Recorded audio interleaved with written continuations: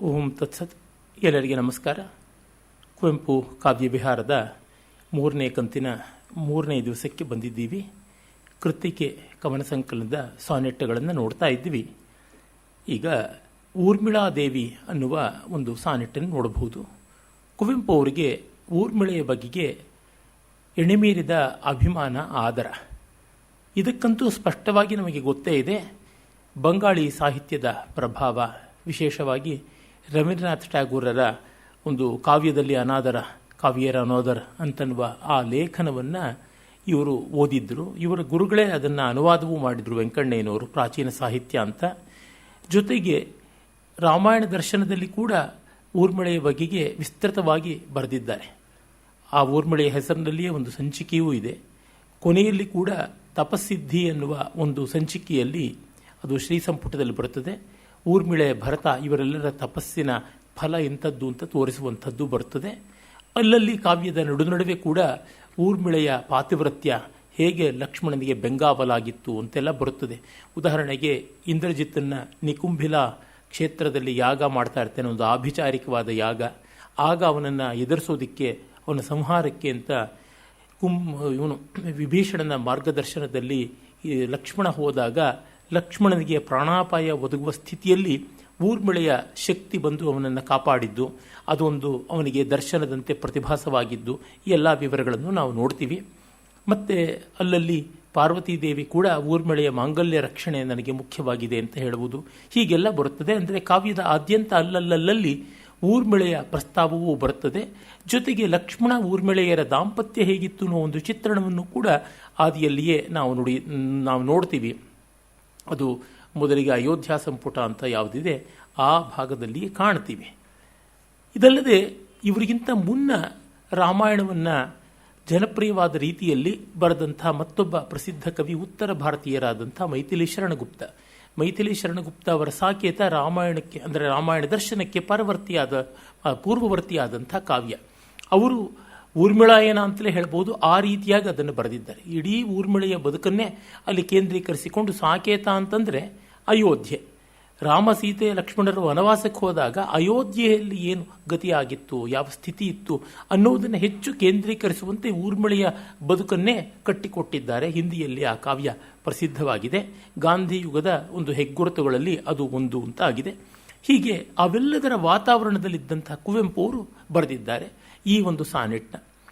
ಮತ್ತು ಆ ಕಾಲದಲ್ಲಿ ಭಾಸನ ಒಂದು ಹೆಸರಿನಲ್ಲಿ ಪ್ರಸಿದ್ಧವಾದ ಊರುಭಂಗ ಇರಬಹುದು, ಅಥವಾ ದೂತವಾಕ್ಯ ಇರಬಹುದು, ದೂತ ಘಟೋತ್ಕಚ ಇರಬಹುದು, ಕರ್ಣಭಾರ, ಅಥವಾ ಅವನು 3 ಅಂಕಗಳಲ್ಲಿ ಬರೆದಂಥ ಪಂಚರಾತ್ರ, ಈ ಎಲ್ಲ ಕೃತಿಗಳಲ್ಲಿ ದುಷ್ಟರನ್ನು ಶಿಷ್ಟರನ್ನಾಗಿ ಮಾಡುವ, ಉಪೇಕ್ಷಿತರನ್ನು ಮುನ್ನೆಲೆಗೆ ತರುವಂಥದ್ದು, ಅಂದರೆ ಹಿನ್ನೆಲೆಯ ಪಾತ್ರಗಳನ್ನು ಮುನ್ನೆಲೆಗೆ ತರುವುದು, ಇದೆಲ್ಲ ನಡೀತಾ ಇದ್ದದ್ದನ್ನು ಗಮನಿಸ್ತಾ ಇದ್ದರು. ಅದು ದೊಡ್ಡ ಪ್ರಭಾವ ಬೀರಿದೆ. ಜೊತೆಗೆ ಪಾಶ್ಚಾತ್ಯ ರೊಮ್ಯಾಂಟಿಕ್ ಸಾಹಿತ್ಯ ಯುಗ ಈ ರೀತಿಯಾದ ಭಾವನೆಗಳನ್ನು ಒಳಗೊಂಡಿತ್ತು. ಅದು ಒಂದು ಕುವೆಂಪು ಅವರಲ್ಲಿ ಮಾತ್ರವಲ್ಲ, ಅಖಿಲ ಭಾರತ ವ್ಯಾಪ್ತಿಯಾಗಿ ಆ ಕಾಲದಲ್ಲಿ ಬಂದಿದ್ದನ್ನು ನಾವು ನೋಡ್ತೀವಿ. ಸಾಮಾನ್ಯ 1915-20 ಆರಂಭ ಆಗಿ, 15ರಿಂದಲೇ ಆರಂಭವಾಗಿ ಅದು 1960ರವರೆಗೂ ಹತ್ತತ್ರ ಒಂದು 50 ವರ್ಷ ಈ ರೀತಿಯಾದ ಪ್ರಭಾವ ಇದ್ದದ್ದನ್ನು ನಾವು ಕಾಣ್ತೀವಿ. ಇದು ಅದೊಂದು ದಿಕ್ಸೂಚಿ. ಊರ್ಮಿಳಾದೇವಿ ಅಂತಲೇ ಅದಕ್ಕೆ ಶೀರ್ಷಿಕೆ.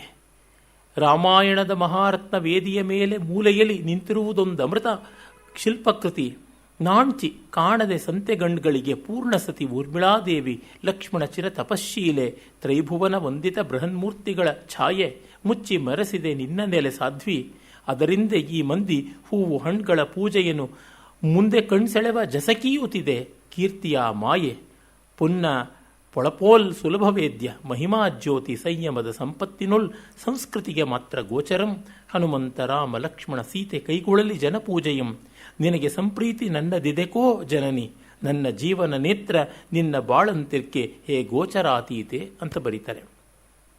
ಇದು ನೇರವಾಗಿ ಒಂದೇ ಭಾವವನ್ನು ಯಾವುದೇ ತಿರುವಿಲ್ಲದೆ ನೇರವಾಗಿ ಹೇಳ್ತಕ್ಕಂಥದ್ದು. ಸ್ಪಷ್ಟವಾಗಿದೆ ಕಾವ್ಯಾರ್ಥ. ಅದರ ಬಂಧ ಮತ್ತು ಅಲ್ಲಿಯ ಸಾರವತ್ತಾದ ಪದಪುಂಜಗಳ ಹಣಿಗೆ ತುಂಬ ಸೊಗಸಾಗಿರುವಂಥದ್ದು. ರಾಮಾಯಣ ಮಹಾರತ್ನವೇದಿಯ ಮೇಲೆ, ರಾಮಾಯಣ ಒಂದು ರತ್ನವೇದಿಕೆ ಅಂತ. ಈ ರತ್ನವೇದಿ ಎನ್ನುವ ಶಬ್ದವನ್ನು ನಾವು ಜಗನ್ನಾಥ ಕ್ಷೇತ್ರದಲ್ಲಿ ಚಲಂತಿ ದಾರುಮೂರ್ತಿ ದಾರು ಪ್ರತಿಮಾ ದಾರು ಬ್ರಹ್ಮ ಆಗಿರುವ ಜಗನ್ನಾಥನ ವೇದಿಕೆಗೆ ವಿಶೇಷವಾಗಿ ಬಳಸ್ತೀವಿ. ಇವರು ಹಾಗಲ್ಲದೆ ಒಂದು ಅಲಂಕಾರ ರೂಪದಲ್ಲಿ, ಅಂದರೆ ದೇದೀಪ್ಯಮಾನವಾದ ಮಣಿಮಯವಾದ ಸ್ವರ್ಣ ವೇದಿಕೆ ಅನ್ನುವ ಅರ್ಥದಲ್ಲಿ ಬಳಸಿದ್ದಾರೆ. ನಿಂತಿರುವುದು ಮೂಲೆಯಲ್ಲಿ ಒಂದು ಅಮೃತಶಿಲ್ಪ ಕೃತಿ ಅಂತ. ಅಮೃತಶಿಲ್ಪ ಅಂದರೆ ಎಂದೂ ಹ್ರಾಸವಾಗದ, ಎಂದೂ ಕೊನೆಯಾಗದಂಥ ಮೂರ್ತಿ ಮುನ್ನೆಲೆಯಲ್ಲಿಲ್ಲ, ಹಿನ್ನೆಲೆಯಲ್ಲಿ ಮೂಲೆಯಲ್ಲಿದೆ ಅಂತ ಆ ಕಲ್ಪನೆಯೇ ಬಹಳ ಸುಂದರವಾದದ್ದು.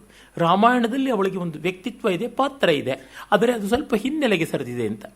ವಸ್ತುಸ್ಥಿತಿಯಲ್ಲಿ ಕೆಲವರು ಸಂಶೋಧಕರಂತ ಪ್ರಕಾರ ರಾಮಾಯಣದಲ್ಲಿ ಊರ್ಮಿಳೆಯೇ ಇಲ್ಲ. ಬಾಲಕಾಂಡದಲ್ಲಿ ಬಂದಿರುವ ಆ ಒಂದು ಸಣ್ಣ ಉಲ್ಲೇಖ, ಎಲ್ಲ 4 ಸಹೋದರರನ್ನ ಮದುವೆ ಆಗಿದ್ದು, ಅಂದರೆ ದಾಶರಥಿಗಳಾದಂಥ ರಾಮ ಲಕ್ಷ್ಮಣ ಭರತ ಶತ್ರುಘ್ನರು, ಜನಕನ ಸಾಕು ಮಗಳು ಸೀತೆ, ಆಮೇಲೆ ಅವನ ಔರಸ ಪುತ್ರಿ ಊರ್ಮಿಳೆ, ಮತ್ತೆ ಅವನ ತಮ್ಮನ ಮಕ್ಕಳು ಮಾಂಡವಿ ಶ್ರುತಿಕೀರ್ತಿಯನ್ನ ಮದುವೆ ಆಗಿದ್ದು ಕೇವಲ ಆ ಒಂದು ಓಘದಲ್ಲಿ ಯಾರೋ ಸೇರಿಸಿರ್ತಕ್ಕಂಥದ್ದು. ಅದು ಒಂದು ಕಡೆ ಉಲ್ಲೇಖ ಬಿಟ್ಟು ಮತ್ತೆ ಇನ್ನೆಲ್ಲೂ ಬರೋದಿಲ್ಲ. 4 ಅಣ್ಣ ತಮ್ಮಂದರಿಗೆ 4 ಅಕ್ಕ ತಂಗಿಯರನ್ನ ಕೊಟ್ಟು ಮದುವೆ ಮಾಡೋದು ಅಂತ ಏನೋ ಹೊಳೆದಿದೆ, ಅದಕ್ಕೆ ಮಾಡಿದ್ದಾರೆ. ಬಾಲಕಾಂಡದ ಎಷ್ಟೋ ಭಾಗಗಳು ಪ್ರಕ್ಷಿಪ್ತ. ಹೀಗಾಗಿ ಊರ್ಮಿಳೆಯ ಪ್ರಸ್ತಾವ ಇಲ್ಲ ಅಂತ. ಅದು ಯಾವುದು ಏನೇ ಇರಲಿ, ಪರಂಪರೆಯಲ್ಲಿ ಬಂದಿರುವುದನ್ನು ನಾವು ನೋಡ್ತೀವಿ. ಬಹುಭೂತಿಯ ಕಾಲಕ್ಕಾಗಲೇ ಊರ್ಮಿಳೆಯ ಪ್ರಸ್ತಾವ ಚೆನ್ನಾಗಿ ಕಾಣಿಸುತ್ತದೆ, ಅದನ್ನು ನಾವು ನೋಡ್ತೀವಿ. ಕಾಳಿದಾಸನೂ ಕೂಡ ರಘುವಂಶದಲ್ಲಿ ಈ 4 ಅಣ್ಣ ತಮ್ಮಂದರಿಗೂ ಮದುವೆ ಆದ ಉಲ್ಲೇಖವನ್ನು ಮಾಡ್ತಾನೆ. ಮತ್ತು ಊರ್ಮಿಳೆ ಲಕ್ಷ್ಮಣರ ಪ್ರೀತಿ ಎಂಥದ್ದು ಅನ್ನೋದನ್ನು ಸೀತೆ ಛೇಡಿಸ್ತಕ್ಕಂಥ ಒಂದು ಸನ್ನಿವೇಶವನ್ನು ಕೂಡ ನಾವು ನೋಡ್ತೀವಿ. ಉತ್ತರ ರಾಮಚರಿತದ ಆರಂಭದಲ್ಲಿ ಮೊದಲನೇ ಅಂಕದಲ್ಲಿಯೇ, ಚಿತ್ರದರ್ಶನಾಂಕದಲ್ಲಿಯೇ ಕಾಣ್ತೀವಿ. ಮತ್ತೆ ಲಕ್ಷ್ಮಣನಿಗೆ ಊರ್ಮಿಳೆಗೆ ಮಗ ಒಬ್ಬ ಇದ್ದ, ಚಂದ್ರಕೇತು ಅಂತ. ಹೀಗೆಲ್ಲ ಇರೋದರಿಂದ ಒಂದು ಸಿದ್ಧವಾದದ್ದು, ಸ್ಥಾಪಿತವಾದದ್ದು ಅಂತ ಗೊತ್ತಾಗುತ್ತದೆ. ಹಾಗಾಗಿ ಕುವೆಂಪುರು ಊರ್ಮಿಳೆಯನ್ನು ತೆಗೆದುಕೊಳ್ಳೋದಕ್ಕೆ ಉಪಪತ್ತಿಗಳು ಚೆನ್ನಾಗಿವೆ. ಆದರೆ ಶಿಲ್ಪಕೃತಿ ನಾಂಚಿ ಕಾಣದೆ ಸಂತೆಗಂಡುಗಳಿಗೆ, ಈ ರೀತಿಯಾದ ಸಮಾಸಗಳು ನೋಡಿ ಸಂತೆಗಂಡುಗಳಂತಾರೆ. ಸಂತೆಯ ಕಣ್ಣುಗಳು ಬರೀ ಕೊಳ್ಳಬಾಕ ಸಂಸ್ಕೃತಿಯವೇ, ಯಾವುದು ಅಬ್ಬರ, ಯಾವುದು ಕೋಲಾಹಲ, ಅದನ್ನು ಮಾತ್ರ ಮಾಡ್ತಕ್ಕಂಥ ಗುಂಪಲ್ಲಿ ಗೋವಿಂದ. ಅವರಿಗೆಲ್ಲ ರಾಮ ಬೇಕು, ಸೀತೆ ಬೇಕು, ಹನುಮಂತ ಬೇಕು, ಊರ್ಮಿಳೆ ಗೊತ್ತಾಗೋಲ್ಲ ಅಂತ ಹೇಳ್ಬಿಟ್ಟಂತಾರೆ. ನೀನು ಪೂರ್ಣ ಸತಿ, ಲಕ್ಷ್ಮಣ ಚೇರ ತಪಶೀಲೆ, ತ್ರೈಭುವನ ವಂದಿತ ಬೃಹನ್ಮೂರ್ತಿಗಳ ಛಾಯೆ. ಆದರೆ ನಿನ್ನ ಮೂರ್ತಿಯನ್ನ 3 ಲೋಕವೂ ಗೌರವಿಸುವಂಥ ಸೀತಾರಾಮ ಲಕ್ಷ್ಮಣ ಮೂರ್ತಿಗಳ ನೆರಳು ಮುಚ್ಚಿದೆ ಅಂತಾರೆ. ಬಹಳ ಸುಂದರವಾದ ಕಲ್ಪನೆ. ಅಂದರೆ ರಾಮಲಕ್ಷ್ಮಣ ಸೀತಾದಿಗಳು ಗೌರವನೀಯರು, ಪೂಜನೀಯರು.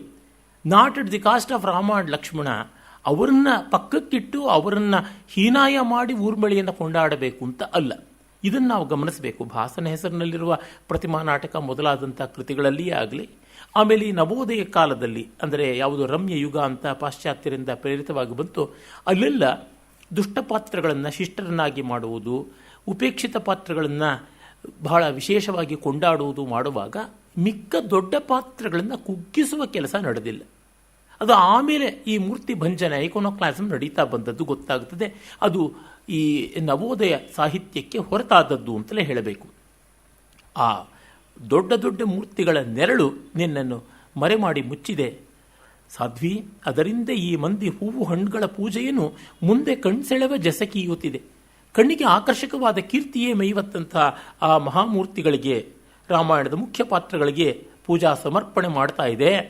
ಕೀರ್ತಿಯ ಮಾಯೆ, ಆ ಹೆಸರಿನ ಮಾಯೆ ಆ ಥರ ಮಾಡುತ್ತದೆ. ಪೊನ್ನ ಪೊಳಪೊಲ್ ಸುಲಭ ವೇದ್ಯ. ಕೀರ್ತಿಯ ಒಂದು ವೈಭವ ಏನಿದೆ ಅದು ಬಂಗಾರದ ಹೊಳಪಿನಂತೆ ಧಗಧಗನೆ ಕಣ್ಣು ಕೋರೈಸುತ್ತದೆ ಮಿಂಚಿದ್ದಂತೆ. ಆದರೆ ಮಹಿಮಜ್ಯೋತಿ ಅಂದರೆ ವ್ಯಕ್ತಿತ್ವದ ಆ ಔನ್ನತ್ಯದ ಜ್ಯೋತಿ, ದೀಪ, ಕಾಂತಿ, ಅದು ಸಂಯಮದ ಸಂಪತ್ತಿನ ಹಾಗೆ. ಸಂಯಮದ ಸಂಪತ್ತಿ ಪರೀಕ್ಷಿತವಾಗಿ ನೋಡಿದರೆ, ಆಸ್ತವಿಸಿ ನೋಡಿದರೆ ಗೊತ್ತಾಗುತ್ತದೆ. ಸಂಸ್ಕೃತಿಗೆ ಮಾತ್ರ ಗೋಚರಂ, ಅದೊಂದು ಸುಸಂಸ್ಕೃತಿಗೆ ಮಾತ್ರ ಕಾಣಿಸುವಂಥದ್ದು. ಹಾಗಾಗಿ ಹನುಮಂತ, ರಾಮ, ಲಕ್ಷ್ಮಣ, ಸೀತೆ ಕೈಗೊಳ್ಳಲಿ ಜನಪೂಜೆಯಂ. ಅವರೆಲ್ಲ ಜನರ ಪೂಜೆಯನ್ನು ಕೈಗೊಳ್ಳಲಿ, ನನಗೇನೂ ಅಭ್ಯಂತರವಿಲ್ಲ. ಆದರೆ ನಿನಗೆ ನನ್ನ ಪೂಜೆ, ನನ್ನದಿದೆಕೋ ಸಂಪ್ರೀತಿ, ನನ್ನ ಪ್ರೀತಿ ನಿನ್ನಲ್ಲಿ ಇದೆ. ನನ್ನ ಜೀವನ ನೇತ್ರ ನಿನ್ನ ಬಾಳಂತಿರ್ಕೆ, ನನ್ನ ಜೀವನದ ಕಣ್ಣು, ನನ್ನ ಮಾರ್ಗದರ್ಶಿಯಾದ ನೋಟ ನಿನ್ನ ಬದುಕಿನ ಹಾಗಿರಲಿ. ಯಾಕೆ?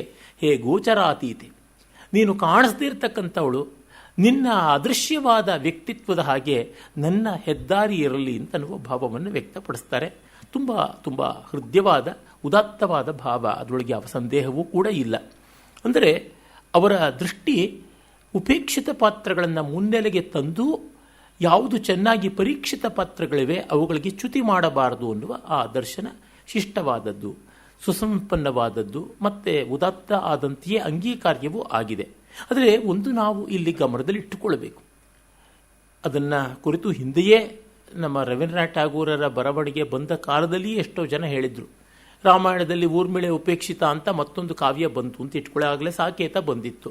ಸಾಕೇತದಲ್ಲಿ ಮಾಂಡವಿ ಉಪೇಕ್ಷಿತ, ಮಾಂಡವಿಯ ಬಗ್ಗೆ ಇನ್ನೊಂದು ಯಾವುದೋ ಅಯೋಧ್ಯ ಅಂತ ಒಂದು ಕಾವ್ಯ ಬರೆದರೆ ಅಲ್ಲಿ ಶ್ರುತಿ ಕೀರ್ತಿ ಉಪೇಕ್ಷಿತ. ಕೊನೆ ಮೊದಲು ಇರೋದಿಲ್ಲ. ಎಲ್ಲ ಪಾತ್ರಗಳನ್ನು ಒಂದೇ ಫೋಕಸ್ಸಲ್ಲಿ ತರಬೇಕು, ಒಂದೇ ಕಡೆಗೆ ಕೇಂದ್ರೀಕರಿಸಬೇಕು ಅಂತಂದರೆ ಅದು ಕಾವ್ಯ ಕಲೆ ಆಗುವುದಿಲ್ಲ. ಅಲ್ಲಿ ನತೋನ್ನತ, ಒಂದು ಮುಂದೆ ಒಂದು ಹಿಂದೆ, ಒಂದು ಮಬ್ಬು, ಒಂದು ಸ್ಫುಟ, ಒಂದು ಸ್ಪಷ್ಟ, ಒಂದು ಅಸ್ಪಷ್ಟ, ಹೀಗಾಗಬೇಕಾಗುತ್ತದೆ. ಬೇರೆ ಯಾವುದೂ ದಾರಿ ಇಲ್ಲ. ಈಗ ರಾಮಾಯಣ ದರ್ಶನದಲ್ಲಿಯೇ ಎಷ್ಟೋ ಫಂಕ್ಷನಲ್ ಆದ ಪಾತ್ರಗಳು ಹೀಗೆ ಬಂದು ಹಾಗೆ ಹೋಗುತ್ತವೆ. ಅತ್ರಿಯಿಂದ ಅಗಸ್ತ್ಯಂಗೆ ಅಂತ ಒಂದು ಸಂಚಿಕೆ ಇದೆ. ಅಲ್ಲಿ ಅನಸೂಯೆದು ದೊಡ್ಡದಾಗಿ ಬರೋದೇ ಇಲ್ಲ, ಅತ್ರಿದು ವಿಶೇಷವಾಗಿ ಬರೋದಿಲ್ಲ. ಏನು ಮಾಡಬೇಕು ಅದಕ್ಕೆ? ಅಗಸ್ತ್ಯರದು ಅಷ್ಟೇ ತುಂಬ ವಿಶೇಷವಾಗಿ ಬರೋಲ್ಲ. ಹೀಗೆ ಹೇಳ್ತಾ ಹೋದರೆ ಕೊನೆ ಮೊದಲಿಲ್ಲದೆ ಆಗುತ್ತದೆ. ಹೀಗಾಗಿ ಇವನ್ನು ಒಂದು ಚೌಕಟ್ಟಿನಲ್ಲಿ ಇಟ್ಟು ನೋಡಬಹುದಷ್ಟೇನೆ. ವಾಲ್ಮೀಕಿಯ ಪಾತ್ರ ಚಿತ್ರಣಕ್ಕೆ ಯಾವುದೇ ರೀತಿ ಚ್ಯುತಿಯಲ್ಲ, ಈ ಬಗ್ಗೆ ಆಕ್ಷೇಪಗಳು ನಿಲ್ಲುವಂಥವಲ್ಲ ಅಂತಲೂ ಗಮನದಲ್ಲಿ ಇಟ್ಟುಕೊಳ್ಬೇಕು. ಮತ್ತೊಂದು ಇವರ ಮನೋಧರ್ಮಕ್ಕೆ ಹೇಳ್ತಿದ್ದೀನಿ. ಹೋಮರ್ ಅಂತ ಒಂದು ಸಾನೆಟ್. ಹೋಮರ್ ನಿನ್ನ ಕಲೆ ಪಿರಿದಾದೊಡಂ ನಿನ್ನ ಕಥೆ ಪಿರಿದಲ್ತು. ಅವರ ಶಬ್ದ ಚಮತ್ಕಾರ ನೋಡಿ. ಕಲೆ ಪಿರಿದಾದೊಡಂ ಕತೆ ಪಿರಿದಲ್ತು ಅಂತಾರೆ. ನಿನ್ನ ಕಲಾತ್ಮಕತೆ ದೊಡ್ಡದು, ನಿನ್ನ ರಸ ಸಂವಿಧಾನಕ ದೊಡ್ಡದು, ಆದರೆ ಇತಿವೃತ್ತ ದೊಡ್ಡದಲ್ಲ ಅಂತಾರೆ. ಎಷ್ಟು ವ್ಯತ್ಯಾಸ ಇದೆ ನೋಡಿ. ಪಾತ್ರಗಳ ಮೂಲಕವಾಗಿ ಘಟನೆಗಳು ಪಾತ್ರಗಳು, ಅವುಗಳಿಂದ ನಮಗೆ ಒಂದು ಸಂಘರ್ಷ ಉಂಟಾಗಿ ಭಾವಗಳು ಉದ್ಬುದ್ಧವಾಗಿ ಅವು ಸಹೃದಯನ ಹೃದಯದಲ್ಲಿ ರಸವಾಗಿ ಮಾರ್ಪಡುತ್ತವೆ. ಆ ರಸದೃಷ್ಟಿಯಿಂದ ಮತ್ತು ಅದನ್ನು ನಮಗೆ ತಂದುಕೊಡುವಲ್ಲಿ ಹೋಮರ್ ಕವಿಯ ಮಾತಿನ ರೀತಿ ಯಾವುದಿದೆ ಅದೆಲ್ಲ ಚೆನ್ನಾಗಿದೆ. ಆ ಹೆಣಿಗೆ ಎಲ್ಲ ತುಂಬ ಚೆನ್ನಾಗಿದೆ. ಆದರೆ ಸಂವಿಧಾನಕ ಎಷ್ಟೇ ಚೆನ್ನಾಗಿದ್ದರೂ ಕಥಾನಕ ಚೆನ್ನಾಗಿಲ್ಲ. ಪಿರಿದಲ್ತು ಅಂದರೆ ದೊಡ್ಡದಲ್ಲ ಅಂತ, ಉದಾತ್ತವಲ್ಲ. ಲೋಕಸುಂದರಿ ನಿನ್ನ ಹೆಲೆನ್ ಚೆಲುವೆದಲ್. ಅಲ್ಲಿ ಹೆಲೆನ್ ಬರ್ತಾಳೆ. ಮನೆಲೇಯಸ್ ಅಂತ ಗ್ರೀಕರ ಒಬ್ಬ ರಾಜ, ಅವನು ಆರ್ಗಾಸನ್ನು ಆಳ್ತಾ ಇರ್ತಾನೆ. ಅವನ ಹೆಂಡತಿ ಹೆಲೆನ್, ಅವನ ಅಣ್ಣ ಅವನು ಅಗಾಮೆಮ್ನನ್ ಅಂತ, ಅವನು ಮೈಕೀನಿಯಲ್ಲೇ ಆಳ್ತಾ ಇರ್ತಾನೆ. ಈ ಹೆಲೆನ್ ತನ್ನ ಗಂಡನನ್ನು ಕಾಣೋದಕ್ಕೆ ಬಂದ ಒಬ್ಬ ಅತಿಥಿ, ಟ್ರಾಯ್ ನಗರದ ರಾಜಕುಮಾರ ಪ್ಯಾರಿಸನಿಗೆ ಮರುಳಾಗಿ ಅವನ ಹಿಂದೆ ಅವಳು ಹೊರಟೋಗ್ಬಿಡ್ತಾಳೆ. ತನ್ನ ಗಂಡನನ್ನು ಮಕ್ಕಳನ್ನು ಬಿಟ್ಟು ಅವಳು ಅವನನ್ನೇ ಸಂತೋಷಪಟ್ಟುಕೊಂಡು ರಮಿಸ್ತಾ ಅವನ ಜೊತೆ ಟ್ರಾಯ್ ನಗರಕ್ಕೆ ಹೋಗ್ತಾಳೆ. ಹೀಗೆ ಅವಳದೊಂದು ಪಲಾಯನ, ಎಲೋಪಿಂಗ್ ಆಗಿಬಿಡ್ತದೆ. ಆಗ ಮತ್ತೆ ಅವಳನ್ನು ಕರ್ಕೊಂಡು ಬರೋದಕ್ಕೆ ಅಂತ ಗ್ರೀಕರು 1,000 ಹಡಗುಗಳಲ್ಲಿ ಹೊರಡ್ತಾರೆ, ಟ್ರಾಯ್ ನಗರಕ್ಕೆ ಹೊರಡ್ತಾರೆ. ಟ್ರಾಯ್ ಸಾಮಾನ್ಯ ಇವತ್ತು ಟರ್ಕಿಯ ಹತ್ತಿರಕ್ಕೆ ಬರತಕ್ಕಂಥದ್ದು, ಏಷ್ಯಾ ಮೈನರ್ ಅಂತ ಕರೀತಾರೆ, ಆ ಪ್ರಾಂತಕ್ಕೆ ಬರುತ್ತದೆ. ಗ್ರೀಸ್ ದೇಶ ಯುರೋಪಿನ ಪೂರ್ವದ ದಿಕ್ಕಿನಲ್ಲಿ ಬರತಕ್ಕಂಥದ್ದು. ಸ್ವಲ್ಪ ಮಧ್ಯಧರಾ ಸಮುದ್ರ ಅಂತಾರಲ್ಲ, ಮೆಡಿಟರೇನಿಯನ್ ಸಿ, ಅದಕ್ಕೆ ಹತ್ತಿರ ಚಾಚಿಕೊಂಡಿರ್ತಕ್ಕಂಥ ಒಂದು ದ್ವೀಪಕಲ್ಪವಾದ ದೇಶ. ಅಲ್ಲಿಂದ ಬರ್ತಾರೆ 1000 ಹಡಗುಗಳಲ್ಲಿ. ಆಗ ಅವಳನ್ನು ಮನೆ ಬಿಟ್ಟು ಓಡಿ ಹೋದವಳು, ಗಂಡನನ್ನು ಉದ್ದೇಶಪೂರ್ವಕವಾಗಿ ತ್ಯಾಗ ಮಾಡಿ ಪ್ರಿಯತಮನ ಹಿಂದೆ ಹೋದಂಥವಳು, ಅವಳನ್ನು ಕುರಿತು ಬರೆದಂಥ ಈ ಕಥಾನಕ ಆಕೆ ವ್ಯಕ್ತಿತ್ವ ದೊಡ್ಡದಲ್ಲ ಅಂತ ಕುವೆಂಪು ಅವರ ದೃಷ್ಟಿ. ಹಾಗಾಗಿ ಚೆಲುವೆದಲ್ಲಿ ಅವಳು ತುಂಬ ಸುಂದರಿ, ಭುವನ ಸುಂದರಿ. ಆ ಸೌಂದರ್ಯಕ್ಕಾಗಿ ಎಲ್ಲರೂ ಬರ್ತಾ ಇದ್ದಿದ್ದರಿಂದಲೇ ಅವಳ ತಂದೆ ತಂದಾರಿಯಸ್ ಅಂತ ಇರ್ತಾನೆ, ಅವಳ ತಾಯಿ ಲೀದಾ ಅಂತ. ಅವರಿಬ್ಬರು ಎಲ್ಲ ರಾಜಕುಮಾರರು ಬರ್ತಿದ್ದಾರೆ, ದೇಶ ವಿದೇಶಗಳವರೆಲ್ಲ ಬಂದು ಕೇಳ್ತಾ ಇದ್ದಾರೆ. ಯಾರಕ್ಕೆ ಕೊಟ್ಟರು ಇನ್ನೊಬ್ಬರು ಕೋಪ ಬರುತ್ತೆ ಅಂತ ಕೊನೆಗೆ ಅವರೆಲ್ಲರನ್ನೂ ಸೇರಿಸಿ ಪೊಸೈದನ್ ದೇವತೆ, ಸಮುದ್ರ ದೇವತೆಯ ದೇವಸ್ಥಾನದಲ್ಲಿ ಎಲ್ಲರ ಕೈನಲ್ಲೂ ಒಂದು ಪ್ರತಿಜ್ಞೆಯೆಲ್ಲ ಮಾಡಿಸಿ, ಇವಳು ಯಾರನ್ನು ವರೆಸಿದ್ರೂ ಮಿಕ್ಕವರು ಆ ವರನಿಗೆ ತೊಂದರೆ ಮಾಡಬಾರ್ದು, ಈ ದಂಪತಿಗೆ ಯಾವುದೇ ಕ್ಷೋಭೆ ಬರದಂತೆ ನೋಡಿಕೊಳ್ಳಬೇಕು, ಇವರ ದಾಂಪತ್ಯಕ್ಕೆ ವಿಚ್ಛೇದ ಬಂದರೆ ಎಲ್ಲರೂ ಸೇರಿ ಕಾಪಾಡಬೇಕು ಅಂತ ಏನೇನು ಪ್ರತಿಜ್ಞೆಯೆಲ್ಲ ಮಾಡಿಸ್ತಾರೆ ಅಂತಲೂ ಕಥೆಗಳಿವೆ. ಇಷ್ಟೆಲ್ಲ ಆದರೂ ಅವಳು ಸುಂದರಿ ಅಷ್ಟೇ, ಇನ್ನೇನು ಅಲ್ಲ. ಚೆಲುವೆದಲ್ ಮತ್ತೇನು ಮಲ್ತು ನಾಂ ಪೇಸುವೆನ್ ನಾಡು ಮನೆ ಅಣ್ಣ ತಮ್ಮಂದಿರಂ ಬೇಣ್ ತನ್ನ ಪತಿಯುಮಂ ಪೆಣ್ಗೂಸುಮಂ ತ್ಯಜಿಸಿ. ಅವಳಿಗೆ ಮಕ್ಕಳಿದ್ರು. ಅಲ್ಲಿ ಒಂದು ಸ್ವಲ್ಪ ವಿವಾದಗಳಿವೆ. ಅವಳಿಗೆ ಒಂದು ಹೆಣ್ಣು ಮಗುವನ್ನು ಅವಳು ಬಿಟ್ಟು ಹೋದಳು ಅಂತ, ಇಲ್ಲ ಅದನ್ನು ಕರ್ಕೊಂಡು ಹೋದಳು ಅಂತ. ಓಡೋಗೋ ಬಡ್ಡಿ ಹೆಪ್ಪಾಕ್ ಹೋದ್ಲ ಅಂತ ಒಂದು ಗಾದೆ ಇದೆ ಕನ್ನಡದಲ್ಲಿ. ಅವಳು ಕರ್ಕೊಂಡು ಹೋದ್ಲೋ, ಬಿಟ್ಟು ಹೋದ್ಲೋ, ಓಡೋದ್ಲೋ, ನಡ್ಕೊಂಡು ಹೋದ್ಲೋ, ಆಟೋದಲ್ಲಿ ಹೋದ್ಲೋ, ಬಸ್ಸಲ್ಲಿ ಹೋದ್ಲೋ, ಅದು ಬೇರೆ ಸಂಗತಿ. ಒಟ್ಟಿನಲ್ಲಿ ಸೀತಾಪಹರಣದಂತೆ ಅಲ್ಲ ಅದು. ರಾಮಾಯಣಕ್ಕೂ ಆ ಹೋಮರ್ನ ಮಹಾಕೃತಿ ಇಲಿಯಡ್ಗೂ ಇರ್ತಕ್ಕಂಥ ದೊಡ್ಡ ವ್ಯತ್ಯಾಸ ಅದೇನೆ. ಅಣ್ಣ ತಮ್ಮಂದಿರನ್ನ, ಅವಳಿಗೆ ಪೋಲಕ್ಸ್ ಮೊದಲಾದಂಥ ಸಹೋದರರೆಲ್ಲ ಇದ್ದರು, ಅವರೆಲ್ಲರನ್ನೂ ಬಿಟ್ಟು ಹೋಗ್ತಾರೆ. ಅವರೆಲ್ಲ ಆರ್ಗಾಸಿನಲ್ಲೇ ಇದ್ದರು ಅಂತ ಗೊತ್ತಾಗುತ್ತದೆ.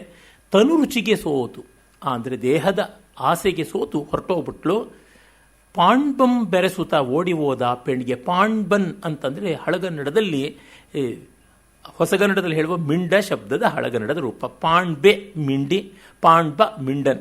ಅಂದರೆ ಅಷ್ಟು ಚೆನ್ನಾಗಿ ಅವರು ಒಳ್ಳೆ ಹಳಗನ್ನಡವನ್ನು ಬಳಸ್ತಾರೆ. ಪಾಂಡ್ಬೆ, ಪಾದರಿ ಅಂತೆಲ್ಲ ಹಸಿ ಹಸಿಯಾಗಿ ಬೈತಾರೆ ಕುವೆಂಪು.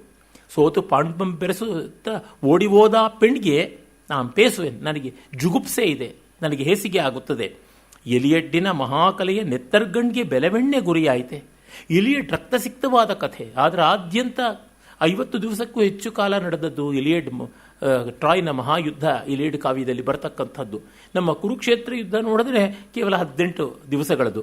ಅಷ್ಟು ದೊಡ್ಡ ಯುದ್ಧ ಆಯಿತು. 20 ವರ್ಷ ಬೇಕಾಯಿತು. 10 ವರ್ಷ ಮುತ್ತಿಗೆ ಹಾಕಿದರು, ಮರಳಿ ವಾಪಸ್ ಬರೋದಕ್ಕೆ 10 ವರ್ಷ ಬೇಕಾಯಿತು. ಹೀಗೆಲ್ಲ ದೊಡ್ಡ ಕಥೆ ಅದು. ಅದು ನೆತ್ತರ್ ಕಣ್ಣು, ಅಂದರೆ ರಕ್ತಸಿಕ್ತವಾದ ನೋಟ ಅದರದು, ಅಂದರೆ ದರ್ಶನ ಅಂತಲೂ ಅರ್ಥ ಮಾಡ್ಕೊಳ್ಬಹುದು. ಅದಕ್ಕೆ ಈ ಬೆಲೆವೆಣ್ಣು, ಅವಳು ಮದುವೆಯಾದ ಹೆಣ್ಣೆ ಆಗಿದ್ದರೂ ಒಬ್ಬ ವಾರಾಂಗನೆಯ ಥರ ನಡ್ಕೊಂಡು ಬಿಟ್ಲು, ಹಾಗಾಗಿ ಕ್ಷಮಿಸು. ಇಲ್ಲಿ ತಿರುವನ್ನು ತರ್ತಾ ಇದ್ದಾರೆ, ಸಾನೆಟ್ಟಿನ ತಿರುವು ಬರ್ತಾ ಇದೆ. ಕ್ಷಮಿಸು ಸೀತೆಯ ಶುಚಿಗೆ ರಾಮಾಯಣವನ್ನೊರೆದ ನಾದಿಕವಿ ವಾಲ್ಮೀಕಿ. ಇಲ್ಲಿ ಅವರು ಹೇಳ್ತಾರೆ ರಾಮಾಯಣ ಎಷ್ಟು ದೊಡ್ಡದು ಅಂತ. ಜಗತ್ತಿನ ಮೊದಲ ಮಹಾಕಾವ್ಯ ಯಾವುದು ಅಂತ ಎಷ್ಟೋ ಜನ ಚರ್ಚೆ ಮಾಡ್ತಾರೆ. ಆದರೆ ಮೊದಲ ಸುಸಂಸ್ಕೃತ ಮಹಾಕಾವ್ಯ ಯಾವುದು ಅಂದರೆ ರಾಮಾಯಣವೇ, ಮತ್ಯಾವುದೂ ಅಲ್ಲ. ದ ಮೋಸ್ಟ್ ಕಲ್ಚರ್ಡ್ ಪೊಯಮ್ ಅಂತಂದರೆ ಅದನ್ನು ಅಂತ ಹೇಳಬೇಕು. The earliest most cultured poem ಅಂತ ಅನ್ನಬೇಕು, ಎಪಿಕ್. ಹಾಗಾಗಿ ರಾಮಾಯಣವನ್ನು ವಾಲ್ಮೀಕಿ ಬರೆದದ್ದಕ್ಕೆ ಕಾರಣ ಸೀತೆಯ ಶುಚಿಗೆ. ಸೀತಾಯಾಶ್ಚರಿತ ಮಹತ್ ಅಂತ. ಆ ಶುಚಿಯ ಗಂಗೆಯೊಳ್, ಶುಚಿ ಅನ್ನೋದಕ್ಕೆ ಬೆಂಕಿ ಎನ್ನುವ ಅರ್ಥ ಬೇರೆ ಇದೆ. ಆ ಅಗ್ನಿತೀರ್ಥದಲ್ಲಿ ಮಿಂದೆನಗೆ ಸಹಿಸದೆ ಕೆಸರಿನ ಓಕುಳಿಯ ನಿನ್ನ ಅದ್ಭುತ ರಣಕ್ರೀಡೆ. ಆ ಕೆಸರಿನ ಓಕುಳಿಯಾದಂಥ ನಿನ್ನ ರಣಕ್ರೀಡೆ ನನಗೆ ಸಹನೆಗೆ ಬರೋಲ್ಲ. ದಿವ್ಯ ಕಲೆಗಿರವೇಳ್ಕು ಇರವೇಳ್ಕುಂ ಅಂತ ಆದರೆ ವ್ಯಾಕರಣ ಸರಿಯಾಗುತ್ತೆ, ಆದರೆ ಛಂದಸ್ಗೋಸ್ಕರ ಬಿಂದು ಬಿಟ್ಟಿದ್ದಾರೆ. ದಿವ್ಯ ಕಲೆಗಿರವೇಳ್ಕು ಭವ್ಯ ವಿಷಯಂ, ಬಹಳ ದೊಡ್ಡ ಮೆಸೇಜ್. ನಾಯಕನನ್ಯನಾಗೆ ಕೃತಿಯಾಗದು ಉದಾತ್ತ ಮುದಾತ್ತ ರಾಘವಂ, ನಾಯಕನಾಗೆ ಕೃತಿ ವಿಶ್ರುತ ಮೆನಿಪ್ಪುದು ಅಂತ ನಮ್ಮ ನಾಗಚಂದ್ರ ಹೇಳಿದನಲ್ಲ. ನಾಯಕರು ಯಾರ್ಯಾರೋ ಆದರೆ ಆಗೋಲ್ಲ, ಉದಾತ್ತ ನಾಯಕ ಬೇಕು. ಉದಾತ್ತ ವಸ್ತು ಗ್ರಹಿತತ್ವ ಸದ್ವಸ್ತು ಪುರುಷ ಬಹುಮಾನಾತ್ ಅಂತೆಲ್ಲ ಕಾಳಿದಾಸ ಹೇಳ್ತಾನಲ್ಲ, ಆ ಬಗೆಯಲ್ಲಿರಬೇಕು. ಹಾಗಾಗಿ ದಿವ್ಯ ಕಲೆ, ಅದಕ್ಕೆ ಒಂದು ಭವ್ಯವಾದ ವಿಷಯ ಬೇಕು, ಸಬ್ಲೈಮ್ ಗ್ರ್ಯಾಂಡ್ ಅನ್ನುವಂಥದ್ದು ಬೇಕು. ಪಿನಾಕಿ ಬಿಲ್ಲ ನೆಳವನೇನ್ ಅಲ್ಪ ಕುರಿಗಾಗಿ, ಒಂದು ಜುಜುಬಿ ಕುರಿಗೋಸ್ಕರವಾಗಿ ಪಿನಾಕಿ ಮಹಾದೇವ ತನ್ನ ಬಿಲ್ಲನ್ನು ಹೆದೆ ಮೀಟಿ ಬಾಣ ಹೂಡಿ ಬಿಡ್ತಾನಿಯಾ. ಸಿಡಿಲೆಸೈ ಟಂಕಾರ ಮಾದೊಡೇಂ, ಆ ದೊಡ್ಡ ಬಿಲ್ಲಿಂದ ಟಂಕಾರ ಅಂದರೆ ಹೆದೆಯ ಮೀಟಿದ ಧ್ವನಿ ಟಂಕಾರ ಸಿಡಿಲೇ ಆಗಿರಬಹುದು. ನಾಣ್ಚುವೆ ಗುರಿಯ ನೋಡೆ ಅಂತ. ಗುರಿ ಇರೋದು ಯಾವುದಕ್ಕೆ? ಕುರಿ ಮೇಲೆ ಗುರಿ. ಆ ಕುರಿ ಗುರಿ ಶಬ್ದಗಳನ್ನು ನೋಡಿ. ಕುರಿಯ ಮೇಲೆ ಗುರಿ ಇಟ್ಟವನು ಸಿಡಿಲಿನಂತ ಟಂಕಾರ ಮಾಡಿ ಪಿನಾಕವನ್ನೇ ಇಟ್ಟು ನಾರಾಯಣನೇ ದಿವ್ಯಾಸ್ತ್ರವಾಗಿ ಬಿಡಬಹುದು. ಕೊನೆಗೆ ಲಕ್ಷ್ಯ ಯಾವುದು ಅಂದರೆ what is your aim, object ಏನು?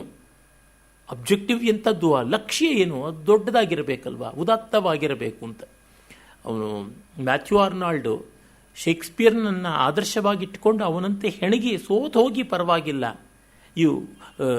ನೀವು ವೈಫಲ್ಯ ಪಡೆಯಿರಿ ಕಾವ್ಯ ರಚನೆಯಲ್ಲಿ, ಆದರೆ ದೊಡ್ಡ ಗುರಿ ಇಟ್ಟುಕೊಳ್ಬೇಕು ಅಂತ ಅದನ್ನು ಹೇಳ್ತಾ ಇದ್ದಾರೆ. ವ್ಯಕ್ತಿಗತವಾಗಿ ನನಗೆ ಹೋಮರ್ ಮಹಾಕವಿಗಳಲ್ಲಿ ಒಬ್ಬ, ಋಷಿಕವಿಗಳಲ್ಲಿ ಒಬ್ಬ ಅಂತ ನನಗೆ ತುಂಬ ಗೌರವ, ಅಭಿಮಾನ, ಆದರ ಇದೆ. ಆ ಕಥೆ ಯಾರೇ ಇರಲಿ, ಅವಳು ಓಡ್ ಹೋದವಳಾಗಿರಲಿ, ಕಟ್ಟಿಕೊಂಡವಳಾಗಲಿ, ಇಟ್ಕೊಂಡವಳಾಗಲಿ, ಅದು ಕೊಡುವಂಥ ಜೀವನ ದರ್ಶನ, ಪಾತ್ರ ವೈಭವ, ಕಾವ್ಯ ಘಟನೆ, ಕಥೆ ತುಂಬ ದೊಡ್ಡದು ಅಂತ ನನಗೆ ಇಷ್ಟವಾಗುತ್ತೆ. ತುಂಬ ಗೌರವ ಬರುತ್ತದೆ, ಅಭಿಮಾನ ಇದೆ. ಆದರೆ ಕುವೆಂಪು ಅವರು ಹೇಳಿದ್ದನ್ನು ತಳ್ಳಿ ಹಾಕೋಕ್ಕಾಗೋಲ್ಲ. ಯಾಕೆಂದರೆ ಅವರು ರಾಮಾಯಣವನ್ನು ಮುಂದೆ ಇಡ್ತಾರೆ. ಹೋಮರ್ನನ್ನು ಆಕ್ಷೇಪ ಮಾಡಿದರೆ ಕುವೆಂಪು ಅವರ ಅಭಿಪ್ರಾಯ ಸಲ್ಲದು ಅಂತ ಹೇಳ್ಬೋದೇನೋ. ಆದರೆ ಅವರು ರಾಮಾಯಣವನ್ನು ಮುಂದಿಟ್ಟು ಹೇಳ್ತಾರೆ. ಹೌದಲ್ವೇ? ಎಲ್ಲಿ ಆಗಿದ್ದು ನೋಡಿ, ಸೀತೆಯನ್ನು ರಾವಣ ಅಪಹರಣ ಮಾಡಿಕೊಂಡು ಹೋಗ್ಬಿಟ್ಟು ಪಿಬ ವಿಹರ ರಮಸ್ವ ಭುಂಕ್ಷ್ವ ಭೋಗಾನ್ ಮೈಲೆಲ್ಲ ಲಲನೆ ಅಂತ ಏನೇನು ಮಾಡಿದ್ರೂ ಕೂಡ ತೃಣಮಂತರ ತಕೃತ್ವ ಬಭಾಷೆ ಜನಕಾತ್ಮಜ, ಹುಲ್ಲು ಕಡ್ಡಿನ ಅಡ್ಡ ಇಟ್ಟು ಹೇಳ್ತಾ ಇದ್ದಾಳೆ, ನಾನು ನಿನಗೆಂದೂ ಒಲಿಯೋದಿಲ್ಲ ಅಂತ. ಇದು ದೊಡ್ಡದಾದಂಥದ್ದು. ಹೀಗಾಗಿ ಕುವೆಂಪು ಅವರ ದೃಷ್ಟಿ ಈ ಬಗೆಯಾದದ್ದು. ಮುಂದೆ ವರ್ಡ್ಸ್ವರ್ತ್ ಅನ್ನೋ ಕವಿತೆಯಲ್ಲಿಯೂ ನಾವು ಹಾಗೆ ನೋಡ್ತೀವಿ. ಮತ್ತು ಇನ್ನು ಒಂದು ಅವರ ಸ್ವಾರಸ್ಯವಾದಂಥ ಕವಿತೆ ಅವರ ಆತ್ಮವಿಶ್ವಾಸವನ್ನು ಕುರಿತು ಎಷ್ಟು ಸೊಗಸಾಗಿ ತೋರ್ಪಡಿಸುತ್ತದೆ, ತನ್ನ ಸಾಮರ್ಥ್ಯವನ್ನು, ಶಕ್ತಿಯನ್ನು, ಹೆಮ್ಮೆಯನ್ನು ಅಂತ ಅನ್ನೋದಕ್ಕೆ ನೋಡಿ, ನನ್ನ ಶೈಲಿ ಅಂತ ಒಂದು ಸಾನೆಟ್ ಇದೆ. ನನ್ನ ಭಾವದ ಧೀರ ಭಾರಕ್ಕೆ ವೇಗಕ್ಕೆ ಚಟುಲ ರಣತೇಜಿ ಈ ಭೀಮಸುಂದರ ಶೈಲಿ, ಹತ್ತದನು ನೀ ನೆಲವೋ ನೆತ್ತರಿದ್ದರೆ ಮೈಲಿ. ನಿನ್ನೆ ನಾವು ನೋಡಿದ್ದೀವಿ ನನ್ನ ಕವಿತೆ ತನ್ನ ವಿಮರ್ಶಕನಿಗೆ ಅಂತ. ಹೆಚ್ಚು ಕಡಿಮೆ ಅದೇ ರೀತಿ ಅಲ್ಲಿ ವಿಮರ್ಶಕನಿಗೆ ಅವರು ಸವಾಲು ಹಾಕಿದ್ರೆ, ಇಲ್ಲಿ ಓದುಗನಿಗೆ ಸವಾಲು ಹಾಕ್ತಾರೆ. ಓದುಗನೂ ವಿಮರ್ಶಕನಾಗಿರ್ತಾನೆ, ವಿಮರ್ಶಕನೂ ಓದಬೇಕಲ್ವ, ಅಟ್ಲೀಸ್ಟ್ ಓದಬೇಕು ಅಂತಲಾದರೂ ಅದನ್ನು ಪೂರ್ವ ಪಕ್ಷ ಇಟ್ಟುಕೊಳ್ಳಬೇಕು.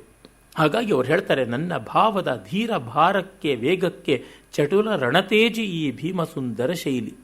ವಾಜಿ ಅನ್ನುವ ಶಬ್ದವನ್ನು ಕುವೆಂಪು ವಿರಳವಾಗಿ ಬಳಸ್ತಾರೆ, ವಿರಳಾತಿ ವಿರಳವಾಗಿ ಬಳಸ್ತಾರೆ. ತೇಜಿ ಬಳಸ್ತಾರೆ. ತೇಜ್ ಅನ್ನುವಂಥದ್ದು ಹಿಂದಿ ಮರಾಠಿ ಭಾಷೆಯಲ್ಲಿ ವೇಗ ಅನ್ನುವಂಥದ್ದರ ವಾಚಕ. ತೇಜಿ ಅಂತಂದರೆ ಕುದುರೆ ಅಂತ, ವೇಗವಾಗಿರುವಂಥದ್ದು ಕುದುರೆ. ಹೀಗಾಗಿ ಅದು ಸಂಸ್ಕೃತ ಶಬ್ದದಂತೆ ತೋರುತ್ತದೆ, ಆದರೆ ಸಂಸ್ಕೃತ ಶಬ್ದ ಅಲ್ಲ. ತೇಜಸ್ ಅನ್ನುವ ಸಂಸ್ಕೃತ ಶಬ್ದದಿಂದಲೇ ಬಂದದ್ದು ತೇಜ್, ವೇಗ ಅನ್ನುವುದು. ಅಂದರೆ ತೇಜಸ್ಸು ಕಾಂತಿ, ಪ್ರಕಾಶ, ಉತ್ಕರ್ಷ, ಮತ್ತು ಅದಕ್ಕಿರ್ತಕ್ಕಂಥ ಒಂದು ಓಜಸ್ಸು, ಒಂದು ಬೇಗ ಉಜ್ವಲವಾಗಿ ಆವರಿಸಿಕೊಳ್ತಕ್ಕಂಥ ಗುಣ ಅನ್ನುವ ಅರ್ಥದಲ್ಲಿ ಆಗಿದೆ. ಆದರೆ ಇಲ್ಲಿ ಅವರು ಅದನ್ನು ಹೆಚ್ಚಾಗಿ ಬಳಸ್ತಾರೆ. ರಾಮಾಯಣ ದರ್ಶನವೂ ಸೇರಿದಂತೆ ಅವರ ಅನೇಕ ಕೃತಿಗಳಲ್ಲಿ ತೇಜಿ ಶಬ್ದ ಕುದುರೆಗೆ ಹೆಚ್ಚಾಗಿ ಬಳಕೆ ಆಗಿರುವುದನ್ನು ನಾವು ನೋಡಬಹುದು. ಅವ್ರು ಹೇಳ್ತಾರೆ, ಇದು ಒಂದು ಯುದ್ಧಾಶ್ವ ನನ್ನ ಕಾವ್ಯ ಶೈಲಿ, ಈ ಭೀಮ ಸುಂದರ ಶೈಲಿ. ಭೀಮ ಅಂದರೆ ಭಯಾನಕ ಅಂತ, ಹೆದರಿಕೆ ಹುಟ್ಟಿಸ್ತಕ್ಕಂಥದ್ದು. ಭಯಂಕರಂ ಪ್ರತಿಭಯಂ ಅಂತ ಭೀಮಂ ರೌದ್ರಂ ಅಂತೆಲ್ಲ ಅಮರಕೋಶ ಹೇಳುತ್ತಲ್ಲ. ಹತ್ತದನ್ನು ನೀನೆಲವೋ ನೆತ್ತರಿದ್ದರೆ ಮೈಲಿ. ಈ ನನ್ನ ಶೈಲಿ ಧೀರ ಸುಂದರ ಭೀಮ ಸುಂದರ ಶೈಲಿ ಅನ್ನುವಂಥ ಕುದುರೆಯನ್ನು ನಿನಗೆ ಹತ್ತುವುದಕ್ಕೆ ಶಕ್ತಿ ಇದೆಯಾ? ಅದು ಯಾತಕ್ಕೆ ನಾನು ಬಳಸ್ಕೊಂಡಿರೋದು? ಪ್ರದರ್ಶನಕ್ಕಲ್ಲ ಈ ಒಂದು ಶೈಲಿ. ನಾನು ಅದನ್ನು ರೂಪಿಸಿಕೊಂಡಿದ್ದೇನೆ, ಕೃಷಿ ಮಾಡಿಕೊಂಡಿದ್ದೆ. I have cultivated this grand style. ಅವರಿಗೆ ಮಿಲ್ಟನ್ ತುಂಬ ಇಷ್ಟ. ಮಿಲ್ಟನ್ನ ಕುರಿತು ಪಾಶ್ಚಾತ್ಯ ವಿಮರ್ಶಕರೆಲ್ಲ ಹೇಳುವಾಗ ಗ್ರ್ಯಾಂಡ್ ಸ್ಟೈಲ್ ಅಂತಲೇ ಕರೀತಾರೆ. ಗ್ರ್ಯಾಂಡ್ ಅಂದರೆ ಭವ್ಯವಾದದ್ದು, ಉಜ್ವಲವಾದದ್ದು, ಬ್ರಿಲಿಯಂಟ್ ಅಂತೀವಲ್ಲ, ಓಜಸ್ವಿಯಾದ ಶೈಲಿ. ಹಾಗಾಗಿ ಅವರು ಧೀರಕ್ಕೆ ಭಾರಕ್ಕೆ, ಧೀರ ಭಾರಕ್ಕೆ ಆ ಒಂದು ಬುದ್ಧಿಗತವಾದ ಕೌಶಲವನ್ನು ತೋರಿಸ್ತಕ್ಕಂಥದ್ದಕ್ಕೆ, ಮತ್ತು ಇಷ್ಟು ಭಾರದ ಭಾವವನ್ನು ಹೊರಬೇಕಲ್ಲ, ಅದಕ್ಕೆ ಗಟ್ಟಿಯಾಗಿರಬೇಕು. ಅದನ್ನು ಕುರಿ ಮೇಲೆ ಹೊರಿಸಿದ್ರೆ, ಮೇಕೆ ಮೇಲೆ ಹೊರಿಸಿದ್ರೆ ಆಗ್ತಕ್ಕಂಥದ್ದಲ್ಲ ಅಂತ. ಹತ್ತೆಲವೋ ಹತ್ತದನು ನೀನೆಲವೋ ನೆತ್ತರಿದ್ದರೆ ಬೈಲಿ. ಆ ಶೈಲಿ ಮೈಲಿ ಅನ್ನುವ ಪ್ರಾಸಗಳು ನೋಡು. ಮೈಯಲ್ಲಿ ಅನ್ನೋದು ಮೈಲಿ ಅಂತ ಲೌಕಿಕವಾದ ಗ್ರಾಮ್ಯದ ಭಾಷೆ ಆಗಿದೆ. ಈ ಥರದ್ದು ಪದಗಳನ್ನು ಪ್ರಾಸಕ್ಕಾಗಿ ಅನಿವಾರ್ಯ ಮಾಡಿಕೊಳ್ಳಲೇಬೇಕಾಗುತ್ತೆ. ಅದು ಅಂತ್ಯಪ್ರಾಸ ಇದೆಯಲ್ಲ, ಅದು ಪ್ರಾರಬ್ಧ ಕಾಡುತ್ತದೆ, ತುಂಬ ಹಿಂಸೆ ಮಾಡುತ್ತದೆ.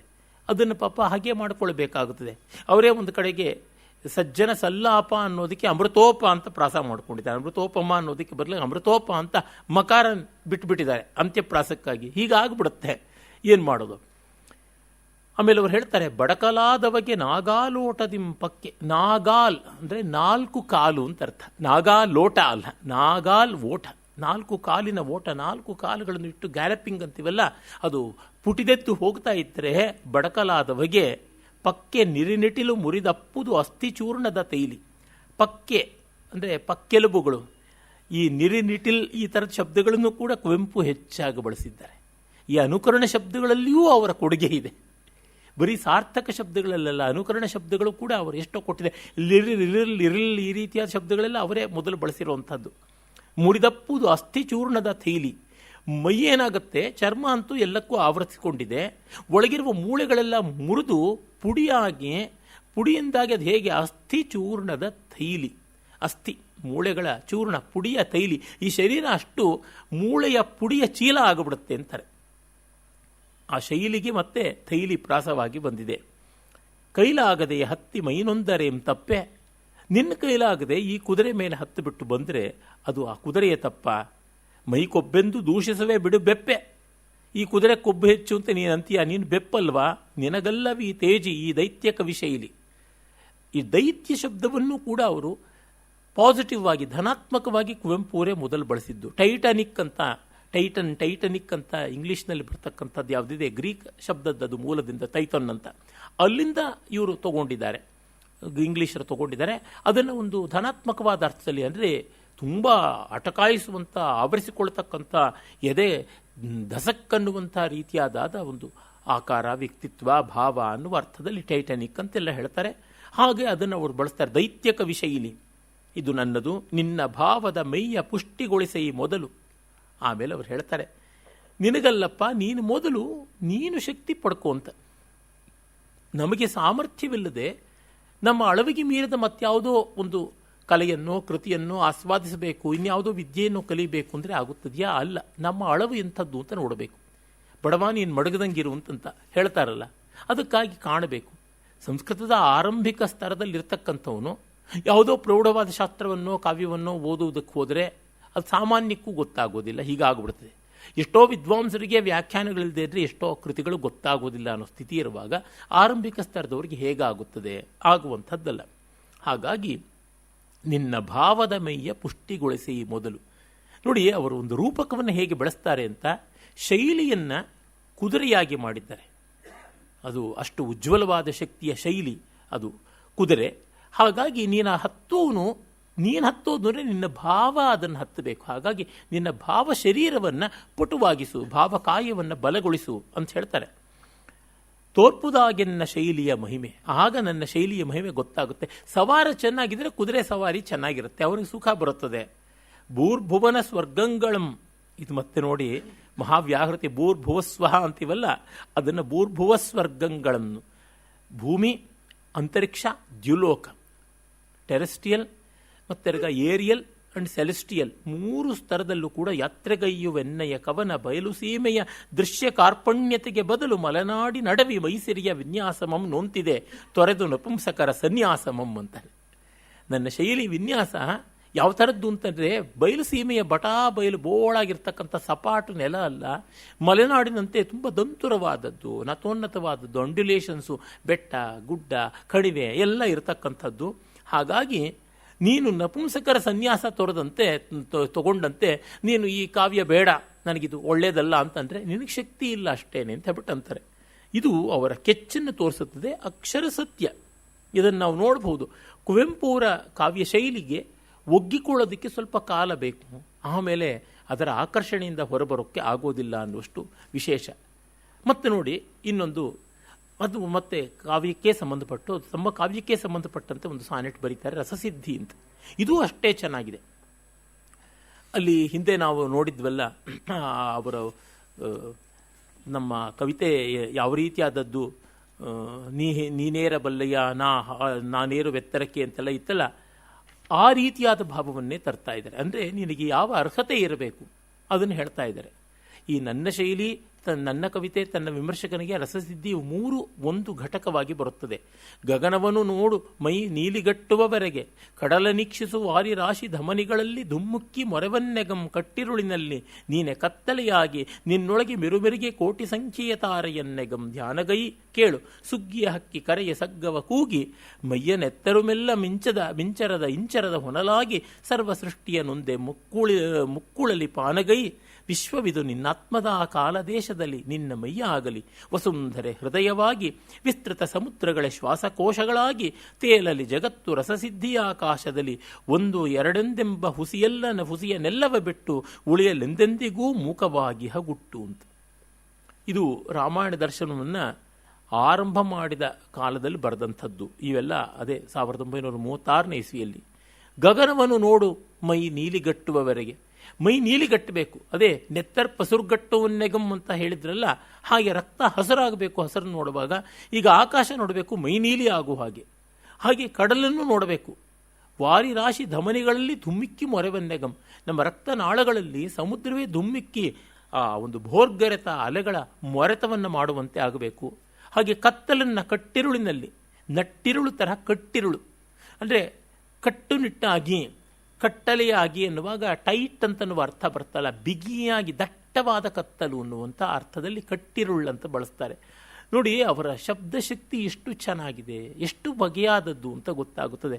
ಕಟ್ಟಿರುಳಿನಲ್ಲಿ ನೀನೆ ಕತ್ತಲೆಯಾಗಿ, ಕತ್ತಲೆಯೇ ನೀನು ಅನ್ನುವಂತೆ ಅಭೇದ ಭಾವ ಪಡ್ಕೊಳ್ಬೇಕು. ಹಾಗೆಯೇ ನಿನ್ನ ಅಂತರಂಗದಲ್ಲಿ ಕೋಟಿ ತಾರೆಗಳು ಮಿರುಮಿರುಗಬೇಕು, ಮಿರುಮಿರುಗೆ ಕೋಟಿ ಸಂಖ್ಯೆಯ ತಾರೆಗಳಂತಾರೆ. ಅನ್ನೆಗಂ ಆವರೆಗೂ ಕೂಡ ಧ್ಯಾನಗೈ ಕೇಳು. ಮತ್ತು ಕೇಳಬೇಕು, ವಸಂತದಲ್ಲಿ ಸುಗ್ಗಿಯ ಹಕ್ಕಿ ಕರೆಯೇ ಸಗ್ಗವ ಕೂಗಿ. ನೋಡಿ, ಕುವೆಂಪು ಅವರು ಹೇಳ್ತಾರೆ, ವಸಂತದಲ್ಲಿ ಹಕ್ಕಿಗಳು ಕೂಗಿದರೆ ಸ್ವರ್ಗಕ್ಕೆ ಅವು ಆಹ್ವಾನ ಕೊಡುವಂತೆ ಕಾಣುತ್ತೆ. ಇದನ್ನು ನೋಡಿ ಅಂತ ಬೇಂದ್ರೆ ಅವರು ಹೇಳ್ತಾರಲ್ಲ, ನಂದನದ ತುಣುಕೊಂದು ಬಿದ್ದಿದೆ ನೋಟ ಸೇರದು ಯಾರಿಗೆ. ನಂದನದ ತುಣುಕೆ ಇಲ್ಲಿ ಬಂದು ಬಿದ್ದಿದೆ. ಅದು ಕಾಳಿದಾಸಂದು ಕಾಂತಿಮತ್ ಖಂಡಮೇವ. ಆ ಉಜ್ಜಯಿನಿ ಹಾಗೇನೆ ಸ್ವಲ್ಪೀಭೂತೆ ಸುಚರಿತ ಫಲೆ ಸ್ವರ್ಗಿಣಾಂ ಗಾಂಗತಾನಾಂ ಶೇಷೇ ಪುಣ್ಯೇ ಹೃತಮೇವ ದೇವ ಕಾಂತಿಮತ್ ಖಂಡಮೇಕಂ, ಹಾಗೆ ಬಂದು ಬಿದ್ದಂಥದ್ದು ಅಂತ ಗೊತ್ತಾಗುತ್ತದೆ. ಆ ತುಣುಕು ಅಂತ ಇವರು ಸ್ವರ್ಗವನ್ನೇ ಕರೆದು ಬಿಡೋಣ ಅಂತ ಮೈಯ ನೆತ್ತರು ಮೆಲ್ಲಂ ಇಂಚರದ ಹೊನಲಾಗಿ. ರಕ್ತವೇ ಆ ಪಂಚಮದ ಇಂಚರ, ಇನಿದು ಸರ ಇಂಚರ, ಇಂಪಾದ ಹಾಡಾಗಬೇಕು, ಸ್ವರವಾಗಬೇಕು. ಸರ್ವ ಸೃಷ್ಟಿಯ ನೊಂದೆ ಮುಕ್ಕುಳಲಿ. ಈ ಮುಕ್ಕುಳ್ ಅನ್ನುವಂಥದ್ದು ನೋಡಿ, ಅದೆಷ್ಟು ಸೊಗಸಾಗಿ ಬಳಸಿದ್ದಾರೆ. ಕನ್ನಡದಲ್ಲಿ ಮುಕ್ಕುಳಿಸುವಂಥ ಕ್ರಿಯಾಪದವಾಗಿ ಬಳಕೆ ಇದೆ ಹೆಚ್ಚು. ಮುಕ್ಕುಳ್ಳಂತ ನಾಮಪದವಾಗಿ ಇಲ್ಲ ಅವರು ಅಂದರೆ ಏನು, ಬಾಯಿ ತುಂಬುವಷ್ಟು ನೀರು ಅಂತ. ಗಂಡೂಷ ಜಲ ಅಂತ ಅಂದರೆ ಬಾಯಿ ತುಂಬಿ ಮುಕ್ಕುಳಿಸಿ ಉಗಿಯೋದು ಅಂತ. ಬಾಯೊಳಗೆ ನೀರನ್ನೆಲ್ಲ ಸುಳಿಸಿ ಮುಕ್ಕುಳಿಸು, ನೀರು ಸರ್ಕ್ಯುಲೇಟ್ ಮಾಡುವಂಥ ಮುಕ್ಕುಳ್ ಅನ್ನುವಂಥದ್ದನ್ನು ಅವರು ಹಾಗೆ ಮಾಡ್ತಾರೆ. ಇದಕ್ಕೆ ವೈಯಾಕರಣರ ಸಮ್ಮತಿ ಇದೆಯೋ ಇಲ್ವೋ ಗೊತ್ತಿಲ್ಲ. ಮಹಾಕವಿ ಪ್ರಯೋಗ ತುಂಬ ಒಳ್ಳೆ ಕೊಡುಗೆ ಅಂತ ನಂಗನ್ಸುತ್ತೆ.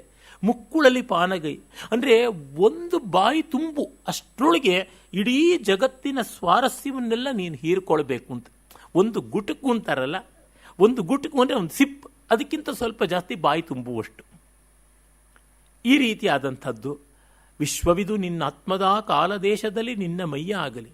ಈ ವಿಶ್ವವೇ ಶರೀರವಾಗಬೇಕು ಅಂದರೆ ಅವರು ಹೇಳೋಕೆ ಹೊರಟಿರೋದೇನು, ದರ್ಶನ ಆಗಬೇಕು ಅಂದರೆ ದೃಕ್ಕು ದೃಶ್ಯಗಳ ನಡುವೆ ಭೇದ ಹೊರಟೋಗಬೇಕು ಅಂತ. ನೋಡುವ ಕಣ್ಣು, ನೋಡಲ್ಪಡುವ ದೃಶ್ಯ, ಇವೆರಡೂ ಒಂದಾದಾಗಲೇ ದರ್ಶನ ಆಗೋದು.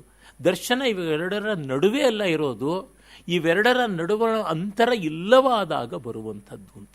ತುಂಬ ದೊಡ್ಡ ಕಾಣಿಕೆ. ವೇದಾಂತ ಇದನ್ನೇ ಹೇಳಕ್ಕೆ ಹೊರಟಿದ್ದು. ಅದ್ವೈತ ವೇದಾಂತದ ಸಾರ ಸರ್ವಸ್ವವೇ ಇಲ್ಲಿರತಕ್ಕಂಥದ್ದು, ತ್ರಿಪುಟಿ ವಿಲಯನ ಅಂತ. ಹಾಗಾಗಿ ನೋಡುವವನೂ ಇಲ್ಲ, ನೋಡಲ್ಪಡುವುದೂ ಇಲ್ಲ, ಅಹಂತಾನೂ ಇಲ್ಲ, ಇದಂತಾನೂ ಇಲ್ಲ, ಇರ್ತಕ್ಕಂಥದ್ದು ಒಂದೇ ದರ್ಶನ. ಹಾಗೆ ವಿಸ್ತೃತ ಸಮುದ್ರಗಳೇ ಶ್ವಾಸಕೋಶಗಳಾಗಿ ಭೂಮಿ ಹೃದಯವಾಗಬೇಕು, ಸಮುದ್ರಗಳೇ ಶ್ವಾಸಕೋಶಗಳಾಗಬೇಕು. ಅಂಥ ಜಗತ್ತಿನಲ್ಲಿ ರಸಸಿದ್ಧಿಯ ಆಕಾಶದಲ್ಲಿ ತೇಲಬೇಕು. ಒಂದು ಎರಡೆಂದೆಂಬ ಹುಸಿಯನ್ನೆಲ್ಲವ ಬಿಟ್ಟು ಕೌಂಟ್ ಮಾಡೋದಕ್ಕೂ ಯಾವುದು ಇಲ್ಲದೆ ಇರತಕ್ಕಂಥ ಈ ಎಲ್ಲ ನಾಮರೂಪಾತ್ಮಕವಾದ ಗಣನೀಯವಾದ ಮಿಥ್ಯೆಯನ್ನೆಲ್ಲ ಉಪೇಕ್ಷೆ ಮಾಡಿ ಬಿಟ್ಟು ಕರಗಿ ಉಳಿಯಲೆಂದೆಂದಿಗೂ ಮೂಕವಾಗಿ ಗುಟ್ಟು. ಮೂಕ ಅಂದರೆ ದಕ್ಷಿಣಾಮೂರ್ತಿಯ ಮಾತು. ಆ ಮೌನ ವ್ಯಾಖ್ಯಾನ ಏನಿದೆ, ಆ ಗುಟ್ಟು ಉಳಿಯಬೇಕು ಅಂತ. ಬಾಯಿ ಬಿಟ್ಟು ಹೇಳೋಕ್ಕಾಗದೇ ಇರೋದು. ಗುಟ್ಟಂದರೆ ಏನು, ಹೇಳದೇ ಇರತಕ್ಕಂಥದ್ದು ಗುಟ್ಟು. ಇಲ್ಲಿ ಅವರು ಹೇಳಲಾಗದೇ ಇರತಕ್ಕಂಥದ್ದು ಅಂದರೆ ಸಂವಿಧ ಅನುಭವ, ಆ ರಸಾನಂದ. ಅದು ಯಾವತ್ತೂ ನೇರವಾಗಿ ಹೇಳುವಂಥದ್ದಲ್ಲ, ಪರ್ಯಾಯವಾಗಿ ಸೂಚ್ಯವಾಗಿ ಬಂದು ಸ್ಫುರಿಸಲ್ಪಡ್ತಕ್ಕಂಥದ್ದು ಅಂತ ಆ ಭಾವವನ್ನು ನಾವು ಇಲ್ಲಿ ಕಾಣ್ತೀವಿ. ಆಮೇಲೆ ನಾವು ಮುಂದೆ ವರ್ಡ್ಸ್ವರ್ತ್, ನಾನು ಆಗಲೇ ಹೇಳಿದೆ ಒಂದು ಕವಿತೆ ವರ್ಡ್ಸ್ವರ್ತ್ ಬಗ್ಗೆಯನ್ನು ಬರೆದಿದ್ದಾರೆ ಅಂತ. ಇಲ್ಲಿ ಶೇಕ್ಸ್ಪಿಯರ್ ಅಂತ ತರಾಟೆಗೆ ತಗೋತಾರೆ. ಇವರಿಗೆ ವರ್ಡ್ಸ್ವರ್ತ್ ತುಂಬ ಇಷ್ಟ. ಶೇಕ್ಸ್ಪಿಯರ್ನ ಎರಡು ರೂಪಕಗಳನ್ನು ಅವಲಂಬಿಸಿ ಒಂದನ್ನು ರೂಪಾಂತರ ಮತ್ತೊಂದನ್ನು ಇನ್ನೂ ಪುನಃಸೃಷ್ಟಿಯಾಗಿ ಮಾಡಿದ್ದಾರೆ. ಅಂದರೆ ಬಿರುಗಾಳಿ, ಟೆಂಪೆಸ್ಟ್ನ ರೂಪಾಂತರ, ಮತ್ತು ಅದರ ಸಂವಾದಿಯಾದ ಒಂದು ಕಥೆಯನ್ನು, ಬಿದನೂರಿನ ಕಥೆಯನ್ನು ಇಟ್ಟುಕೊಂಡು ರಕ್ತಾಕ್ಷಿ ಅಂತ ಬರೆದಿದ್ದಾರೆ. ಅದು ಹ್ಯಾಮ್ಲೆಟ್, ಶೇಕ್ಸ್ಪಿಯರ್ನ ಸರ್ವೋನ್ನತವಾದ ಟ್ರ್ಯಾಜಿಡಿ. ಒಂದು ಕಡೆ ತುಂಬ ಸೊಗಸಾದಂಥ ಸರ್ವೋನ್ನತವಾದ ಕಾಮಿಡಿ ಅಥವಾ ಟ್ರ್ಯಾಜಿ ಕಾಮಿಡಿ ಎನ್ನುವಂಥದ್ದು ಟೆಂಪೆಸ್ಟ್. ಆದರೆ ಇದು ಪರ್ಫೆಕ್ಟ್ ಟ್ರ್ಯಾಜಿಡಿ ಅನ್ನುವಂಥ ಹೆಸರು ಪಡೆದಂಥ ಇದನ್ನು ಎರಡನ್ನೂ ಪ್ರಾತಿನಿಧಿಕವಾಗಿ ಮಾಡಿದ್ದಾರೆ. ಬಹಳ ಸೊಗಸಾಗಿ ಮಾಡಿದ್ದಾರೆ. ಅಷ್ಟೆಲ್ಲ ಮಾಡಿರೋದು ಹೌದು. ಮತ್ತು ಹಲವು ಕಡೆ ಶೇಕ್ಸ್ಪಿಯರ್ನ ಮಾತುಗಳನ್ನು ತಗೊಳ್ತಾರೆ. ಉದಾಹರಣೆಗೆ ರಾವಣನ ಕೆಲವು ಸ್ವಗತದಂಥ ಮಾತುಗಳಲ್ಲಿ, ದಶಾನನ ಸ್ವಪ್ನ ಸಿದ್ಧಿಯಲ್ಲೆಲ್ಲ ನಾವು ನೋಡ್ತೀವಿ. ಶೇಕ್ಸ್ಪಿಯರ್ನ ಮ್ಯಾಕ್ಬೆತ್ನ ಮಾತುಗಳನ್ನೇ ತುಂಬ ಚೆನ್ನಾಗಿ ನಾವು ನೋಡ್ತೀವಿ. ಈ ಜಗತ್ತು ಯಾವ ರೀತಿಯಾಗಿ ಮಿಥ್ಯೆ, ಅದೆಲ್ಲ ಒಬ್ಬ ಸುಳ್ಳನ್ನು ಹೊರೆದಂತಹ ಪೊಳ್ಳು ಕಥೆ, ಇದೆಲ್ಲ ಪ್ರಯೋಜನಕ್ಕೆ ಬರ್ತಕ್ಕಂಥದ್ದಲ್ಲ. ಇಟ್ಸ್ ಫುಲ್ ಆಫ್ ಫ್ಯೂರಿ ಅಂತೆಲ್ಲ ಶೇಕ್ಸ್ಪಿಯರ್ ಏನು ಹೇಳ್ತಾನೆ. ಆ ರೀತಿಯಾದ ಮಾತುಗಳನ್ನು ಹಂಗೆ ತಗೋತಾರೆ. ಎಷ್ಟೋ ಕಡೆ ಶೇಕ್ಸ್ಪಿಯರ್ನ ಛಾಯೆಗಳು ಕಾಣಿಸುತ್ತೆ, ಆದರೂ ಅವ್ರಿಗೆ ಶೇಕ್ಸ್ಪಿಯರ್ ಇಷ್ಟ ಆಗೋಲ್ಲ. ಕಾರಣ ಹೋಮರ್ ಯಾಕೆ ಇಷ್ಟವಾಗಲೋ ಆ ಕಾರಣದಿಂದನೇ ಇಷ್ಟವಾಗೋಲ್ಲ. ಇದನ್ನು ನೋಡ್ಬೋದು. ಇಲ್ಲಿ ಕುವೆಂಪು ಅವರ ದೃಷ್ಟಿಗೆ ಇರುವ ಆ ಮಡಿ ಏನು ಅನ್ನೋದನ್ನು ನಾವು ಆಮೇಲೆ ಆಲೋಚನೆ ಮಾಡೋಣ. ಆಂಗ್ಲ ಕವಿಗಳಲ್ಲಿ ನೀನು ಎನ್ನೆದೆಯ ಸೆಳೆದಂತೆ ಉಳಿದವರು ಸೆಳೆದಿಲ್ಲ. ನರನಾಟಕವ ನೋಡಿ ರಂಗದಲ್ಲಿ ಚಿತ್ರಿಸಿದ ಶೇಕ್ಸ್ಪಿಯರನ್ನೂ ಕೂಡಿ ನೀನೊಂದು ಪರ್ಣಕುಟಿ, ಆತನು ಪಿರಿಯ ಸಂತೆ. ಶಾಂತಿಯಲ್ಲೇ ಕೊನೆಗಾಣುವುದು ನಿನ್ನ ಬಲ ಚಿಂತೆ, ಆತನದು ಕ್ರಾಂತಿಯಲ್ಲಿ. ವನದ ಪಕ್ಷಿಯು ಹಾಡಿ ಪ್ರಕೃತಿ ಸಂಸರ್ಗದಲ್ಲಿ ದಿವ್ಯ ಭಾವವು ಮೂಡಿ, ಆತ್ಮವು ವಿರಾಟದಲ್ಲಿ ಎಂತು ವಿಹರಿಸುವಂತೆ ಮಾಡುವುದೋ ಕಾವ್ಯರ್ಷಿ. ನಿನ್ನ ವಾಣಿಯ ರೀತಿ ಅಂತಿಹುದು ಭಿನ್ನಾಭಿಪ್ರಾಯವನು ಜಗವೆಲ್ಲ ಪಂಡಿತರ ಗುಂಪೆಲ್ಲ ಘೋಷಿಸಲಿ. ನೀ ನನಗೆ ಸಹೃದಯನು ಕವಿವರನು, ನನ್ನೊಲ್ಮೆ ಇದು ನಿನಗೆ, ನಿನ್ನ ಋಷಿ ಜೀವನಕ್ಕೆ. ನಿನ್ನ ನಿರ್ಮಲ ನೀತಿ ಜನರೊಲ್ಮೆ, ಶಾಂತಿ ಕನಿಕರ ದಯೆಗೆ ಎಣೆಯಿಲ್ಲ ಅಂತ.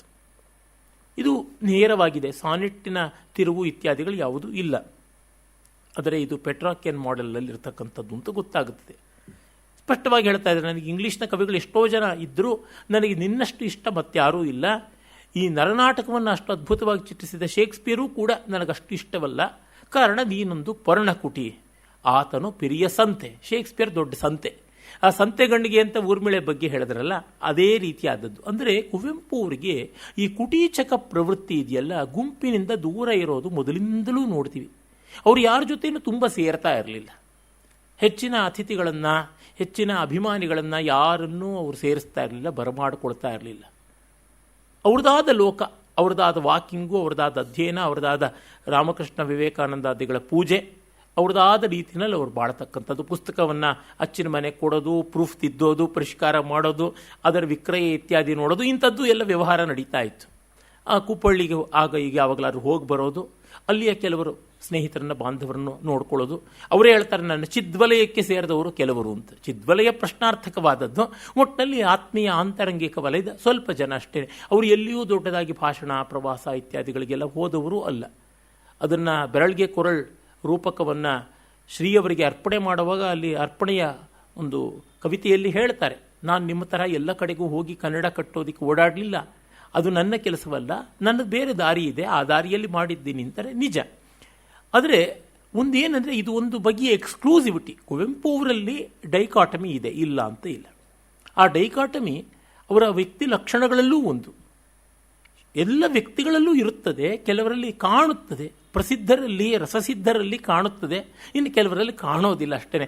ಅನಾಮಧೇಯರು, ಅಜ್ಞಾತರು, ನಿಷ್ಪ್ರಯೋಜಕರಲ್ಲಿ ಎಷ್ಟು ಡೈಕಾಟಮಿ ಇದ್ದರೆ ಏನೋ ಯಾರಿಗೂ ಗೊತ್ತಾಗುತ್ತೆ, ಪಾಲಿಕಾಟಮಿ ಇದ್ದರೂ ಗೊತ್ತಾಗೋಲ್ಲ. ಆದರೆ ಹೆಸರಾಂತ ವ್ಯಕ್ತಿಗಳಲ್ಲಿದ್ದಾಗ ಗೊತ್ತಾಗುತ್ತದೆ ಇದು ಯಾಕೆ ಹೀಗೆ, ಯಾಕೆ ಹಾಗೆ ಅಂತ ಅನಿಸುತ್ತದೆ. ಡಿ ವಿ ಜಿಯವರೇ ಒಂದು ಕಡೆ ಹೇಳ್ತಾರೆ, ಅವರಿಗೆ ವೈರಾಗ್ಯ ಮತ್ತು ನಿವೃತ್ತಿ ಮಾರ್ಗ, ಸನ್ಯಾಸ, ಅವಧೂತ ಪ್ರಜ್ಞೆ ಇದೆಲ್ಲ ಇಷ್ಟ ಇದ್ದಂತೆಯೇ ಸಮಾಜ, ಸಾಮಾಜಿಕ ಚಟುವಟಿಕೆ, ಜಗತ್ತಿನ ವಿಧಿ ನಿಷೇಧಗಳು, ವ್ಯವಸ್ಥೆ, ಈ ಥರದ್ರೊಳಗೆ ಒಂದು ಬಾಧ್ಯತೆಯ ಸರ್ಕಾರ, ಈ ಥರದ್ರೊಳಗೂ ನಂಬಿಕೆ ಇದೆ ಅಂತ ಅವ್ರು ಬರ್ಕೋತಾರೆ. ಹಕ್ಕಿ ಪಯಣ ಅಂತ ಅವ್ರದ್ದೊಂದು ದೀರ್ಘವಾದ ಪ್ರಬಂಧವೇ ಇದೆಯಲ್ಲ, ಜ್ಞಾಪಕ ಚಿತ್ರಶಾಲೆಯ 7ನೇ ಸಂಪುಟದಲ್ಲಿ ನಾವು ನೋಡ್ತೀವಿ. ಹಾಗಾಗಿ ಇವನ್ನು ಯಾರು ಆಕ್ಷೇಪಿಸೋದಕ್ಕೆ, ಧಿಕ್ಕರಿಸೋಕ್ಕೆ ಅಲ್ಲ, we have to understand the artist, ಅವ್ರನ್ನ ಅರ್ಥ ಮಾಡಿಕೊಳ್ಳೋದಕ್ಕೆ. ಅವರಲ್ಲಿ ಒಂದು ಎಕ್ಸ್ಕ್ಲೂಸಿವಿಟಿ ಇದೆ, ಅದನ್ನು ನಾವು ನೋಡ್ತೀವಿ. ಅದು ಎಷ್ಟು ಕಡೆ ಕಾಣುತ್ತೆ. His consistence in his inconsistency ಅಂತ ಅನ್ಬಹುದು. There is a method in his madness ಅಂತೆಲ್ಲ ಹ್ಯಾಮ್ಲೆಟ್ ಬಗ್ಗೆ ಬರುತ್ತಲ್ಲ, ಆ ರೀತಿಯಾದದ್ದು. ಅಂದರೆ ಅವರು ಮಹಾ ಅನ್ನುವುದನ್ನು ಒಂದು ಗುಣವಾಚಕವಾಗೂ ಬಳಸ್ತಾರೆ, ಒಂದು ವ್ಯಕ್ತಿವಾಚಕವಾಗಿಯೂ ಬಳಸ್ತಾರೆ. ಮಹಾ ಛಂದಸ್ ಅಂದರೆ ಯಾವುದೋ ಒಂದು ಪರ್ಟಿಕ್ಯುಲರ್ ಛಂದಸ್ ಅನ್ನುವಂತೆ ಹೇಳುವಂತೆಯೂ ಕಾಣಿಸುತ್ತದೆ. ಯಾವುದೇ ಛಂದಸ್ಸು ಮಹಾ ಛಂದಸ್ಸಾಗಬಲ್ಲದು ಅಂತ. ಅಂದರೆ ಜೀನಸ್ ಆ್ಯಂಡ್ ಸ್ಪೀಶೀಸ್ ಇವುಗಳ ಸಾಂಕರ್ಯವನ್ನು ನಾವು ನೋಡ್ತೀವಿ. ವ್ಯಕ್ತಿ, ಜಾತಿ ಇವುಗಳ ಮಧ್ಯೆ ಬರತಕ್ಕಂಥ ಸಾಂಕರ್ಯವನ್ನು ಕಾಣ್ತೀವಿ. ಜಾತಿ ಅಂದರೆ ಕ್ಯಾಸ್ಟ್ ಅಲ್ಲ, ಜೀನಸ್ ಅನ್ನುವ ಅರ್ಥದಲ್ಲಿ ಹೇಳ್ತಾ ಇರೋದು. ಹಾಗಾಗಿ ಅವರಿಗೆ ಕ್ವಯಟ್ ಅಂದರೆ ಧ್ಯಾನಶೀಲವಾಗಿರಬೇಕು ಅಂತ. ಸಂತೆಯಲ್ಲಿಯೂ ಧ್ಯಾನ ಇರುತ್ತದಲ್ವ, ಶ್ರೀಕೃಷ್ಣನಿಗಿಂತ ಸಂತೆಯ ವ್ಯಕ್ತಿ ಬೇಕೇ ನಮಗೆ? ಖಂಡಿತ ಇದ್ದಾನವನು. ಹೀಗಾಗಿ ಅವರ ಪ್ರವೃತ್ತಿ ಈ ಬಗೆಯ ಒಂದು ರೂಪದ್ದು ಅಂತ ಹೇಳ್ಬೋದು. ಆದರೆ ಅದು ಸಿದ್ಧಾಂತವಾಗಿ ನಿಲ್ಲೋದಿಲ್ಲ. ಅವ್ರ ರುಚಿ ಆ ಅರ್ಥದಲ್ಲಿ ನನಗಿಷ್ಟ ಅಂತಂತ ಹೇಳ್ತಾರೆ. ತಮ್ಮ ಇಷ್ಟಕ್ಕೆ ಒಂದಷ್ಟು ಉಪಪತ್ತಿಯನ್ನು ಕೊಡ್ತಾರೆ. ಸಮಸ್ಯೆ ಏನಾಗುತ್ತದೆ ಅಂದರೆ, ನಮ್ಮ ಇಷ್ಟಾನಿಷ್ಟಗಳನ್ನು ಹೇಳಿದಾಗ ಆರೋಗ್ಯಕರವಾದ ಸಮಾಜ ಆಕ್ಷೇಪ ಮಾಡೋಲ್ಲ. ನಿಮ್ಮಿಷ್ಟದಂತೆ ನೀವು ಬಾಳಿ ಇನ್ನೊಬ್ಬರು ತೊಂದರೆ ಇಲ್ಲದೆ ಇದ್ದರೆ. ಆ ಇಷ್ಟವನ್ನು ಸಮರ್ಥಿಸಿಕೊಳ್ಳುವ ಬರದಲ್ಲಿ ಬಂದ ಯುಕ್ತಿಗಳು ತರ್ಕಸಹವ ಆಗದೇ ಇದ್ದಾಗ ಪ್ರಶ್ನೆಗಳು ಬರುತ್ತವೆ. ಅದನ್ನು ನಾವು ನೋಡಬೇಕಾಗುತ್ತದೆ.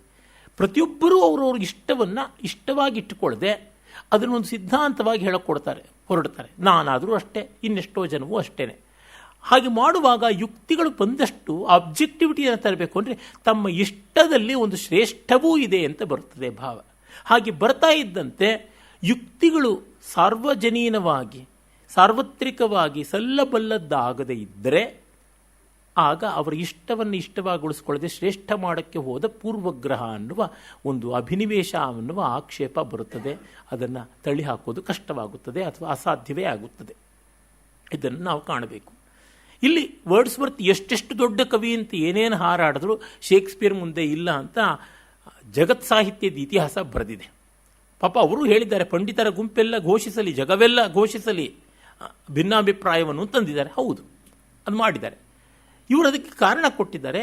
ಈ ಕಾರಣದಲ್ಲಿ ಪರ್ಣಕುಟಿ ಅಂತಂದರೆ ಸಂತೆ ಇಲ್ಲದೆ ಇದ್ರೆ ಎಷ್ಟೋ ಬಾರಿ ಪರ್ಣಕುಟಿ ಇರೋದಿಲ್ಲ.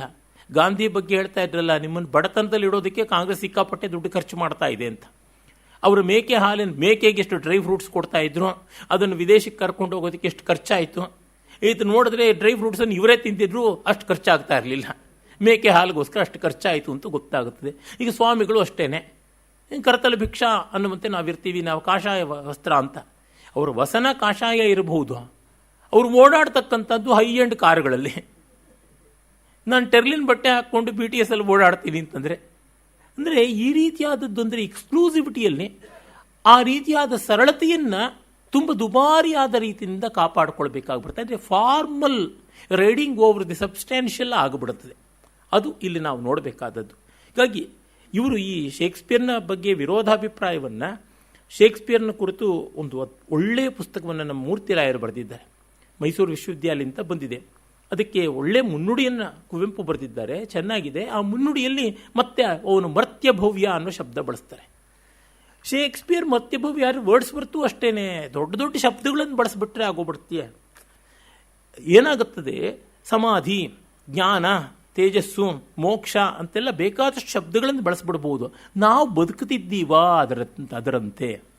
ವರ್ಡ್ಸ್ವರ್ತನ ಸಣ್ಣತನದ ಬಗ್ಗೆನೂ ಬೇಕಾದಷ್ಟು ಸಂಶೋಧನೆಗಳು ನಡೆದಿವೆ. ಪಾಶ್ಚಾತ್ಯರಲ್ಲಂತೂ ಸಹಸ್ರಮಾನದ ಹಿಂದೆ ಇದ್ದಂಥವರದು ಚಾರಿತ್ರ್ಯವನ್ನೆಲ್ಲ ಕೂಡ ರೆಕಾರ್ಡೆಡ್ ಆಗಿ ತೋರಿಸಿ ತಂದು ಬೀದಿಗಿಟ್ಟುಬಿಟ್ಟಿದ್ದಾರೆ. ಹೀಗಾಗಿ ನಾವು ವಕಾಲತ್ ವಹಿಸಿಕೊಳ್ಳೋದು ಕಷ್ಟ. ಆದರೆ ಕುವೆಂಪುರ ಮನೋಧರ್ಮ ಏನು ಅಂತ ಅರ್ಥ ಮಾಡಿಕೊಂಡ್ರೆ ಆ ಮನೋಧರ್ಮದಲ್ಲಿ ಕಾಣುವ ಏರಿಳಿತಗಳನ್ನು ನೋಡಿಕೊಂಡು ಅವರ ಶಕ್ತಿ ಎಲ್ಲಿದೆ, ಯಾವುದು ನಮಗೆ ಸ್ವೀಕಾರ್ಯ ಅಂತನ್ನುವುದನ್ನು ಗಮನಿಸಿಕೊಳ್ಳಬಹುದು. ಶಾಂತಿಯಲ್ಲೇ ಕೊನಗಾಣುವುದು ನಿನ್ನಮಲ ಚಿಂತೆ ಆತನದು ಕ್ರಾಂತಿಯಲ್ಲೇ. ಮುಂದನ್ನು ನಾವು ಗಮನಿಸಬೇಕು. ಮಹಾಭಾರತದ ಅಂಗಿರಸ ಶಾಂತ ಅಂತ ಆದರೆ ಅದು ಹೌದೇ ಹೌದು. Shakespeare ಯಾಕಲ್ಲ, Homer ಯಾಕಲ್ಲ. ಶಾಂತಿ ಶಾಂತಿ ಶಾಂತಿ ಅಂತ ಹೇಳಿದ್ರೆ ಶಾಂತರಸ ಬಂದುಬಿಡೋದಿಲ್ಲ. ಹೀಗಾಗಿ ನಾವು ಅದನ್ನು ಭಯವಿಲ್ಲದೆ ಸಂಕೋಚವಿಲ್ಲದೆ ನೋಡಬೇಕಾಗುತ್ತದೆ. ಇದು ಕುವೆಂಪುರ ಸ್ಮಶಾನ ಕುರುಕ್ಷೇತ್ರ ನೋಡಿದ್ರೆ ಆ ಭವ್ಯವಾದ ಭಾವ ಬರುತ್ತದೆ. ಅಂದರೆ ಅವರು ಕವಿಯಾಗಿ ಪೂರ್ಣವಾದ ರಸ ಸಮಾಧಿಯಲ್ಲಿದ್ದಾಗ ಮಾಡುವ ಸೃಷ್ಟಿಯಲ್ಲಿ ಪ್ರಶ್ನೆಗಳು ಬರದೇ ಇರೋದು, ಅವರೊಬ್ಬ ವಿಮರ್ಶಕರಾದಾಗ ಅಥವಾ ತಮ್ಮ ಇಷ್ಟಾನಿಷ್ಟಗಳನ್ನು ವಕಾಲತ್ತು ಮಾಡಿ ಪ್ರತಿಪಾದಿಸುವಾಗ ಪ್ರಶ್ನಾರ್ಹವಾಗುವಂಥದ್ದು ಬರ್ತದೆ. ಇದು ಎಷ್ಟೋ ಜನರಲ್ಲಿ ಇರತಕ್ಕಂಥದ್ದು. ನಾವು ಅದನ್ನು ಗಮನದಲ್ಲಿ ಇಟ್ಟುಕೊಳ್ಳಬೇಕು. ವನದ ಪಕ್ಷಿಯು ಹಾಡಿ ಪ್ರಕೃತಿ ಸಂಸರ್ಗದಲ್ಲಿ ದಿವ್ಯ ಭಾವವು ಮೂಡಿ ಆತ್ಮವು ವಿರಾಟದಲ್ಲಿ ಅಂದರೆ ವಿರಾಟ್ ಸ್ತರದಲ್ಲಿ ಎನಿತು ವಿಹರಿಸುವಂತೆ ಮಾಡುವುದೋ ಕಾವ್ಯರ್ಷಿ. ತುಂಬ ಉನ್ನತವಾಗಿ ಬರುತ್ತದೆ ಅಂತ ಇವರಿಗೆ ಪ್ರಿಲ್ಯೂಡು, ಎಕ್ಸ್ಕರ್ಷನ್ ಮೊದಲಾದಂಥ ತುಂಬ ಕಷ್ಟ ಓದುವುದಕ್ಕೆ ದೀರ್ಘವಾದಂಥ ಕಾವ್ಯಗಳು, ಅನುಭವ ವಿಶ್ಲೇಷಣಾತ್ಮಕವಾದದ್ದು, ಅವನ್ನೆಲ್ಲ ಇಷ್ಟಪಟ್ಟು ಓದಿದ್ದವರು, ಚೆನ್ನಾಗಿ ಓದಿಕೊಂಡವರು ಆ ಸಾಹಿತ್ಯವನ್ನೆಲ್ಲ ಕೂಡ. ಅವರು ಹಿಂದೆ ಕೂಡ ಸಾಲಿಟರಿ ರೀಪರ್ ಇತ್ಯಾದಿ ಕವಿತೆಗಳನ್ನು ಇದೇ ವರ್ಡ್ಸ್ವರ್ತ್ ಅಂತ ಅನುವಾದ ಮಾಡಿದ್ದನ್ನು ಕೂಡ ನಾವು ನೋಡಿದ್ವಿ ಅಲ್ವಾ. ನಿನ್ನ ವಾಣಿಯ ರೀತಿ ಅಂತಿಹುದು ಭಿನ್ನಾಭಿಪ್ರಾಯವನ್ನು ಜಗವೆಲ್ಲ ಪಂಡಿತರ ಗುಂಪೆಲ್ಲ ಘೋಷಿಸಲಿ. ಮೊದಲೇ ಹೇಳಿದ್ನಲ್ಲ, ನನ್ನೊಲ್ಮೆ ಇದು ನಿನಗೆ. ಸ್ವಲ್ಪವೂ ಆಕ್ಷೇಪ ಇಲ್ಲ, ಅವರು ಒಲ್ಮೆ ಅಲ್ಲಿಗೆ ಅಷ್ಟೇ, ನಾವು ಯಾರು ಆಕ್ಷೇಪ ಮಾಡೋಕ್ಕೆ. ಹಾಗಾಗಿ ಅವರ ಚಾಯ್ಸ್. ನಿನ್ನ ಋಷಿ ಜೀವನಕ್ಕೆ ನಿನ್ನ ನಿರ್ಮಲ ನೀತಿ ಜನರೊಲ್ಮೆ ಶಾಂತಿ ಕನಿಕರ ದಯೆಗೆ ಎಣೆಯಿಲ್ಲ ಅಂತಂತಾರೆ. ಇರಲಿ, ಅಲ್ಲಿಗೆ ಮುಗಿಯುತ್ತದೆ. ಅವನು ಕೋರ್ಟ್ ಲಾರಿಯಟ್ ಆಗಿದ್ದ, ದೀರ್ಘಕಾಲ ಬದುಕಿದ್ದ. ಇವರಿಗೆ ಕವಿಗರಸು ಗಿರಸುಗಳ ಹಂಗಿಲ್ಲ ಅಂತಂದವರು, ರಾಜರ ಆಸ್ಥಾನದ ಇವೆಲ್ಲ ಇರಬಾರ್ದು ಅಂತಂದಿದ್ರು. ವರ್ಡ್ಸ್ ಬರ್ತಲ್ಲ ಅದೆಲ್ಲ ಇದೆ, ಏನು ಮಾಡೋಣ, ಏನು ಮಾಡೋಕ್ಕಾಗೋದಿಲ್ಲ. ಅಂದರೆ ರಾಜ ಮೆಚ್ಚಿಂದಿ ರಂಭ ಅಂತ ತೆಲುಗಲ್ಲಿ ಒಂದಿದೆ, ರಾಜ ಮೆಚ್ಚಿದವಳೇ ರಂಭೆ ಅಂತ. ಹೀಗಾಗ್ಬಿಡುತ್ತೆ ಅಂಥದ್ದೇನು ಮಾಡೋಕ್ಕಾಗೋದಿಲ್ಲ, ಅಲ್ಲಿಗೆ ಹಾಗೆ ಬರುತ್ತದೆ. ಮತ್ತು ಕೆಲವು ವ್ಯಕ್ತಿಗಳನ್ನು ಕುರಿತು ಅವರು ಸಾನೆಟ್ಟುಗಳು ಬರೆದಿದ್ದಾರೆ ಕನ್ನಡದಲ್ಲಿ. ಮತ್ತು ಆಂಗ್ಲ ಪ್ರಪಂಚದಲ್ಲಿ ಕೂಡ, ಸಾಹಿತ್ಯ ಪ್ರಪಂಚದಲ್ಲೂ ವ್ಯಕ್ತಿಗಳನ್ನು ಅವಲಂಬಿಸಿ ಸಾನೆಟ್ಟುಗಳು ಸಾಕಷ್ಟು ಪ್ರಸಿದ್ಧವಾಗಿವೆ. ಉದಾಹರಣೆಗೆ ಶೇಕ್ಸ್ಪಿಯರನ್ನು ಕುರಿತೇನೆ, ವರ್ಡ್ಸ್ವರ್ತನ್ನು ಕುರಿತೇನೆ, ಮಿಲ್ಟನ್ನನ್ನು ಕುರಿತಂತೇನೆ ಬೇಕಾದಷ್ಟು ಸಾನೆಟ್ಟುಗಳು ಬಂದಿವೆ. ಮಿಲ್ಟನ್ನನ್ನು ಶೇಕ್ಸ್ಪಿಯರ್ನ ಕುರಿತು ಒಂದು ಸಾನೆಟ್ ಬರೆದಿದ್ದಾನೆ. ಇಲ್ಲಿ ಪಂಜೆಯವರಿಗೆ, ಪಂಜೆ ಮಂಗೇಶರಾಯರ ಬಗೆಗೆ ಬರೆದಿದ್ದಾರೆ, ತುಂಬ ಸ್ನಿಗ್ಧವಾದದ್ದು. ಹಾಲು ಸಕ್ಕರೆ ಸೇರಿ ನೀವಾದಿರಾಚಾರ್ಯ, ನಡೆಯ ಮಡಿಯಲಿ ನುಡಿಯ ಸವಿಯಲ್ಲಿ ನಿಮ್ಮ ಬಗೆ ಹಸುಳೆ ನಗೆ, ನಿಮ್ಮ ಕೆಳಗೆಲುಮೆ ಹಗೆತನಕ್ಕೆ ಹಗೆ, ಕಪ್ಪುರಕ್ಕೆ ಕಿಡಿ ಮತ್ತೆ ಸತ್ಯಕ್ಕೆ ಸೌಂದರ್ಯ ಸಂಗಮಿಸಿದಂತೆ ರಂಜಿಸಿದ ಜೀವನ ಸೂರ್ಯ, ನಿಮ್ಮದೆಮ್ಮೆಯ ನುಡಿಯ ಗುಡಿಗೆ ಮಂಗಳಕಾಂತಿ ಪರಿಮಳಗಳ ನಿತ್ತು, ನಿಮ್ಮ ಬಾಳಿನ ಶಾಂತಿ ಮತ್ತೆ ರಸಕಾರ್ಯಗಳಿಗುಪಮೆ ವೀಣಾತೂರ್ಯ, ಕಚ್ಚಿದರೆ ಕಬ್ಬಾಗಿ ಹಿಂಡಿದರೆ ಜೇನಾಗಿ ನಿಮ್ಮುತ್ತಮಿಕೆಯನ್ನೇ ಮೆರೆದಿರಯ್ಯ. ಎಷ್ಟು ಚೆನ್ನಾಗಿ ಹೇಳ್ತಾರೆ ನೋಡಿ. ಅವರು ಹಾಲು ಸಕ್ಕರೆ ಸೇರಿ ಆದಂಥವರು. ಕುವೆಂಪು ಅವರಿಗೆ ವ್ಯಕ್ತಿಗತವಾದ ಶೀಲ ಚಾರಿತ್ರ್ಯಗಳು ತುಂಬ ಮುಖ್ಯ.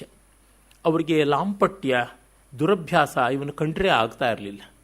ಅದನ್ನು ಬಹಳ ತೀವ್ರವಾಗಿ ವಿಮರ್ಶೆ ಮಾಡ್ತಾರೆ. ಅವರ ಆತ್ಮಕಥೆ ನೋಡಿದ್ರೂ ನಮಗೆ ಗೊತ್ತಾಗುತ್ತದೆ. ಆ ಥರದ್ದನ್ನೆಲ್ಲ ಅವರು ಸಹಿಸ್ತಾ ಇದ್ದವರಲ್ಲ. ಆ ಅರ್ಥದಲ್ಲಿ ಅವರು ಪಕ್ಕಾ ಮಡಿ.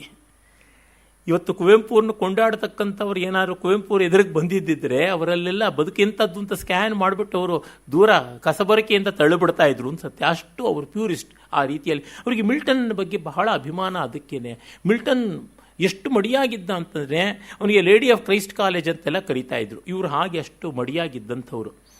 ಹಸುಳೆ ನಗೆ ಅದು ನಿಜವೇ ನಿಜ. ಪಂಜೆಯವರನ್ನು ಅಷ್ಟು ಕೊಂಡಾಡಿದ್ದಾರೆ ಹಿರಿಯರು, ಬೇರೆಯವರು ಕೂಡ. ಮಾಸ್ತಿಯವರು ಕೊಂಡಾಡಿದ್ದಾರೆ, ವಿ ಸಿ ಅವರು ಕೊಂಡಾಡಿದ್ದಾರೆ, ಡಿ ವಿ ಜಿ ಅವರು, ಇಂಥವರೆಲ್ಲ ಅವರು ಮೆಚ್ಚಿಕೊಂಡಿದ್ದಾರೆ.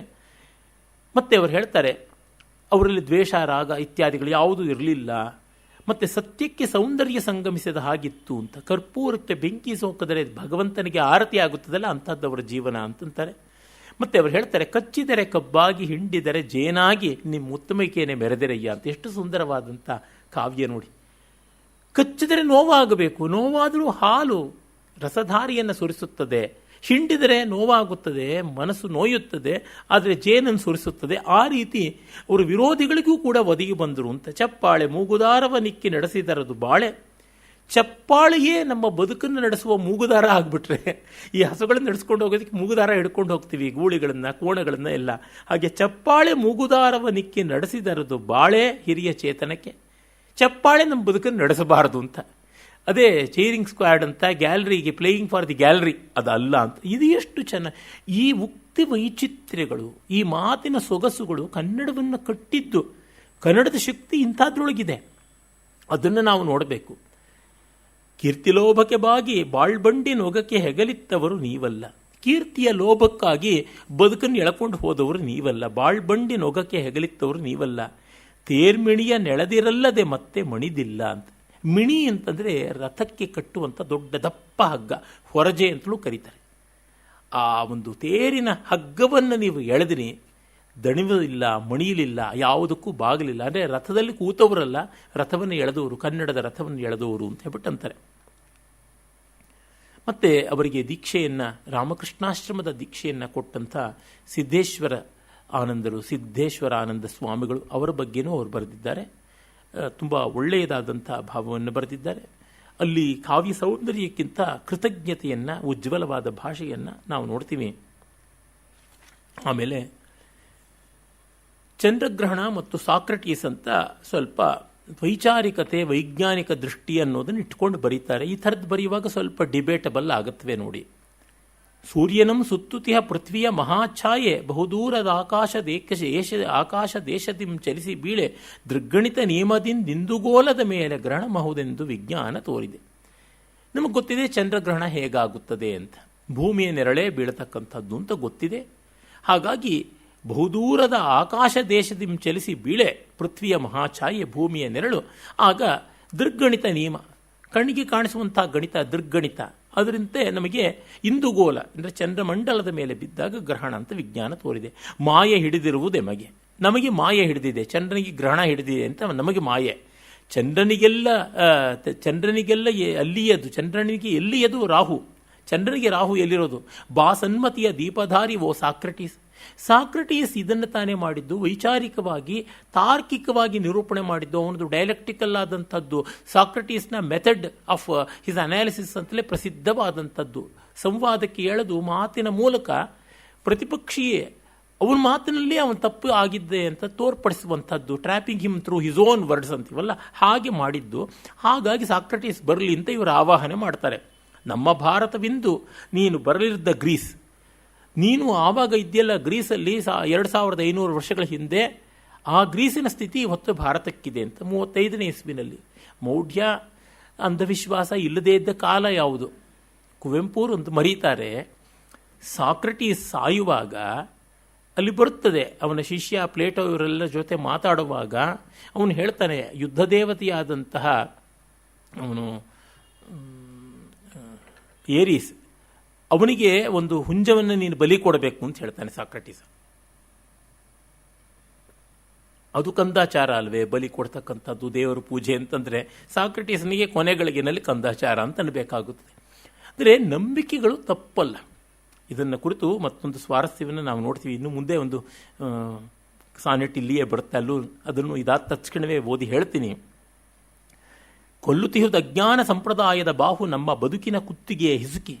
ಅಜ್ಞಾನ ನಮ್ಮ ಜೀವನವನ್ನು ಉಸಿರುಗಟ್ಟಿಸ್ತಾ ಇದೆ. ನಾಸ್ತಿಕತೆ ನಷ್ಟಹಾನಿಯ ದುಷ್ಟ ಮೌಢ್ಯಕ್ಕಿಂತ ತಿಲೇಸು, ಕೆಟ್ಟ ಮೌಢ್ಯಕ್ಕಿಂತ ನಾಸ್ತಿಕತೆ ಮೇಲು ಅಂತ. ಇವೆಲ್ಲ ಪಾಸಿಂಗ್ ಎಮೋಷನ್ಸ್, ಫ್ಲೀಟಿಂಗ್ ಎಮೋಷನ್ಸ್. ಇವರು ವ್ಯಭಿಚಾರಿ ಭಾವಗಳು. ವ್ಯಭಿಚಾರಿ ಅಂತಂದರೆ ಸ್ಥಿರವಲ್ಲದ ಹಾಗೆ ಹೋಗ್ತಾ ಇರ್ತಕ್ಕಂಥದ್ದು. ಯಾವುದೋ ಒಂದು ಸನ್ನಿವೇಶಕ್ಕೆ ಒಂದು ಆವೇಶ ಬರ್ತದೆ, ಕವಿತೆ ಬರೀತಾರೆ. ಅವರ ಸ್ಥಾಯಿಯಾದ ಆಲೋಚನೆಗಳು ಇವಲ್ಲ, ಅದು ನಮಗೆ ಗೊತ್ತಾಗುತ್ತದೆ. ಆದರೆ ಈ ಥರದ ಆಲೋಚನೆಗಳನ್ನು ಸ್ಥಾಯಿಯ ದೃಷ್ಟಿಯಿಂದ ಇವುಗಳ ಮೌಲ್ಯಮಾಪನವನ್ನು ಮಾಡಬೇಕಾಗುತ್ತದೆ ನಾವು.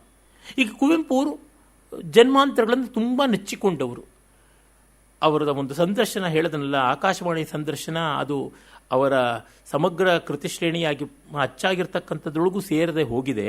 ಅಲ್ಲಿ ಅವರು ಪಾಪ ಎಡ್ಗರ್ ಕೇಸಿ ಮೊದಲಾದಂಥವರು ಯಾರು ಸೈಕಲಾಜಿಕಲ್ ರಿಗ್ರೆಷನ್ ಇತ್ಯಾದಿಗಳಿಂದ ಆಗ್ತಕ್ಕಂಥ ಜನ್ಮಾಂತರದ್ದು ಅದನ್ನೆಲ್ಲ ತುಂಬ ವೈಜ್ಞಾನಿಕ ಅಂತ ನೆಚ್ಚಿಕೊಂಡಿದ್ರು. ಅವುಗಳು ಈಗಲೂ ಪ್ರಶ್ನಾರ್ಹವಾಗಿವೆ. ಎಡ್ಗರ್ ಕೇಸಿ ಮೊದಲಾದವರೆಲ್ಲ ಮಾಡಿದ್ದು, ಅರಿಗೋ ಇತ್ಯಾದಿಗಳೆಲ್ಲ ಮಾಡಿದ್ದು ಯಾವ ರೀತಿಗೂ ವೈಜ್ಞಾನಿಕವಲ್ಲ, ಅದೆಲ್ಲ ಹಾಕ್ಸ್ ಅಂತ ಕೂಡ ತೋರ್ಪಡಿಸಿದ್ದಾರೆ. ಅಂದರೆ ಇವ್ರಿಗೆ ಪಾಪ ಪುನರ್ಜನ್ಮದಲ್ಲಿ ನಂಬಿಕೆ ಇದೆ. ಆ ನಂಬಿಕೆಗೆ ವಿಜ್ಞಾನವನ್ನು ಹುಡುಕ್ತಾ ಇದ್ದಾರೆ. ಅಂದರೆ ಚಪ್ಪಲಿಗೆ ಕಾಲು ಹುಡುಕ್ತಕ್ಕಂಥ ಪ್ರಯತ್ನ ಆಗಿಬಿಡುತ್ತದೆ ಆ ತರಹ. ಅಂದರೆ ಇವರು ವಿಜ್ಞಾನ, ಮೂಢನಂಬಿಕೆ ಈ ಥರ ಅಂತ ಮೌಢ್ಯದ ಮೇಲೆ, ಕಂದಾಚಾರದ ಮೇಲೆ ಗದಾಪ್ರಹಾರ ಮಾಡೋಕ್ಕೆ ಹೋದರೆ ಇವರ ನಂಬಿಕೆಗಳನ್ನು ಪ್ರಶ್ನೆ ಮಾಡಬೇಕಾಗುತ್ತದಲ್ಲ.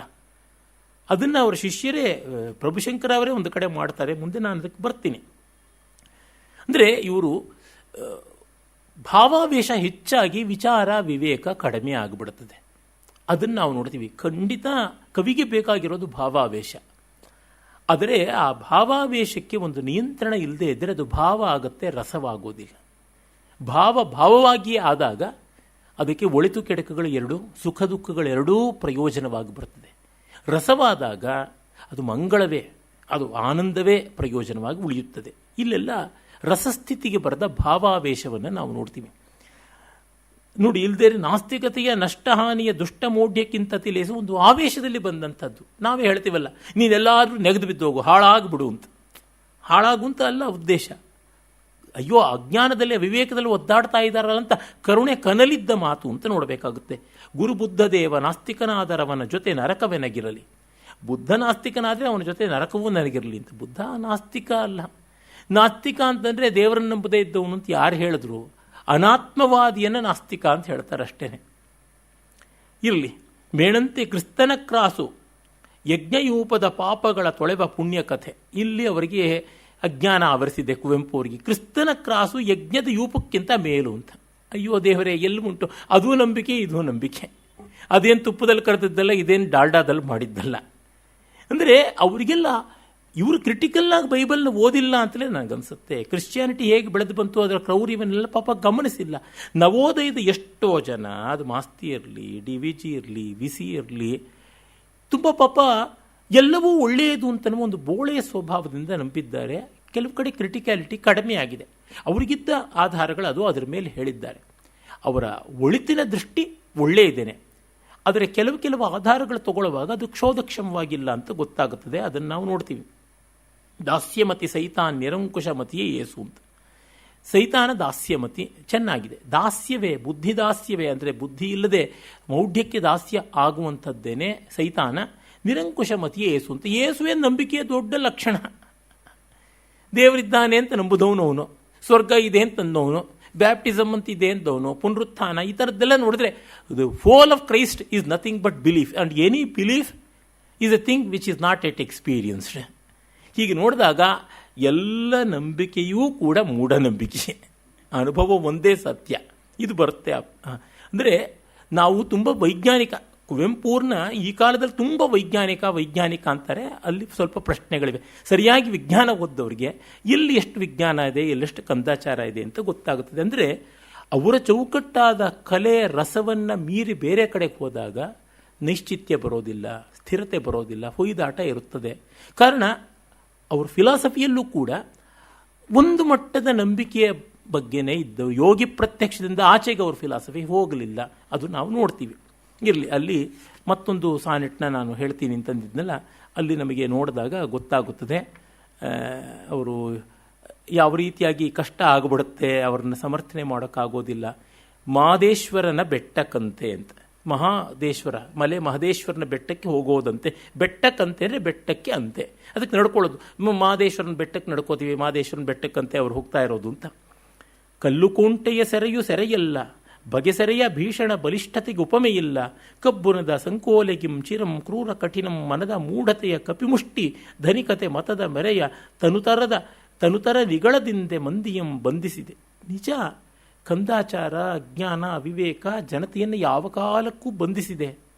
ಯಾರು ಏನು ಹೇಳಿದ್ರೂ ಹೋಗಿಲ್ಲ. ಬುದ್ಧ ಅಷ್ಟೆಲ್ಲ ಹೇಳ್ದ, ಬುದ್ಧನ್ನೇ ಪೂಜೆ ಮಾಡೋಕ್ಕೆ ಶುರು ಮಾಡಿದ್ರು. ಏನು ಮಾಡೋಣ? ಇನ್ನು ಸಾಕ್ರೆಟೀಸ್ದು ನಾನು ಹೇಳೇ ಬಿಟ್ಟೆ. ಸಾಕ್ರೆಟೀಸ್ ಪ್ರತಿಪಾದಿಸಿದಂತಹ ಮತ್ತು ಅವನ ಶಿಷ್ಯರಲ್ಲಿ ಅಗ್ರಗಣ್ಯನಾದ ಪ್ಲೇಟೋ ಪ್ರತಿಪಾದಿಸಿದಂತಹ ಐಡಿಯಲ್ ರಿಪಬ್ಲಿಕ್ ಯಾವುದಿದೆ, ಅದಕ್ಕೆ ಗತಿ ಏನಾಯಿತು? ಅಂದರೆ ಮನುಷ್ಯನಾಗಿದ್ದಾಗ ನಂಬಿಕೆಯೂ ಅವನೊಳಗೆ ಒಂದು ಭಾಗ, ಅಜ್ಞಾನವೂ ಒಂದು ಭಾಗ. ಅಜ್ಞಾನವೇ ಇಲ್ಲದೇ ಮನುಷ್ಯ ಬ್ರಹ್ಮವಸ್ತುವೇ ಆಗ್ಬಿಡ್ತಾನೆ. ಏನು ಮಾಡೋಣ?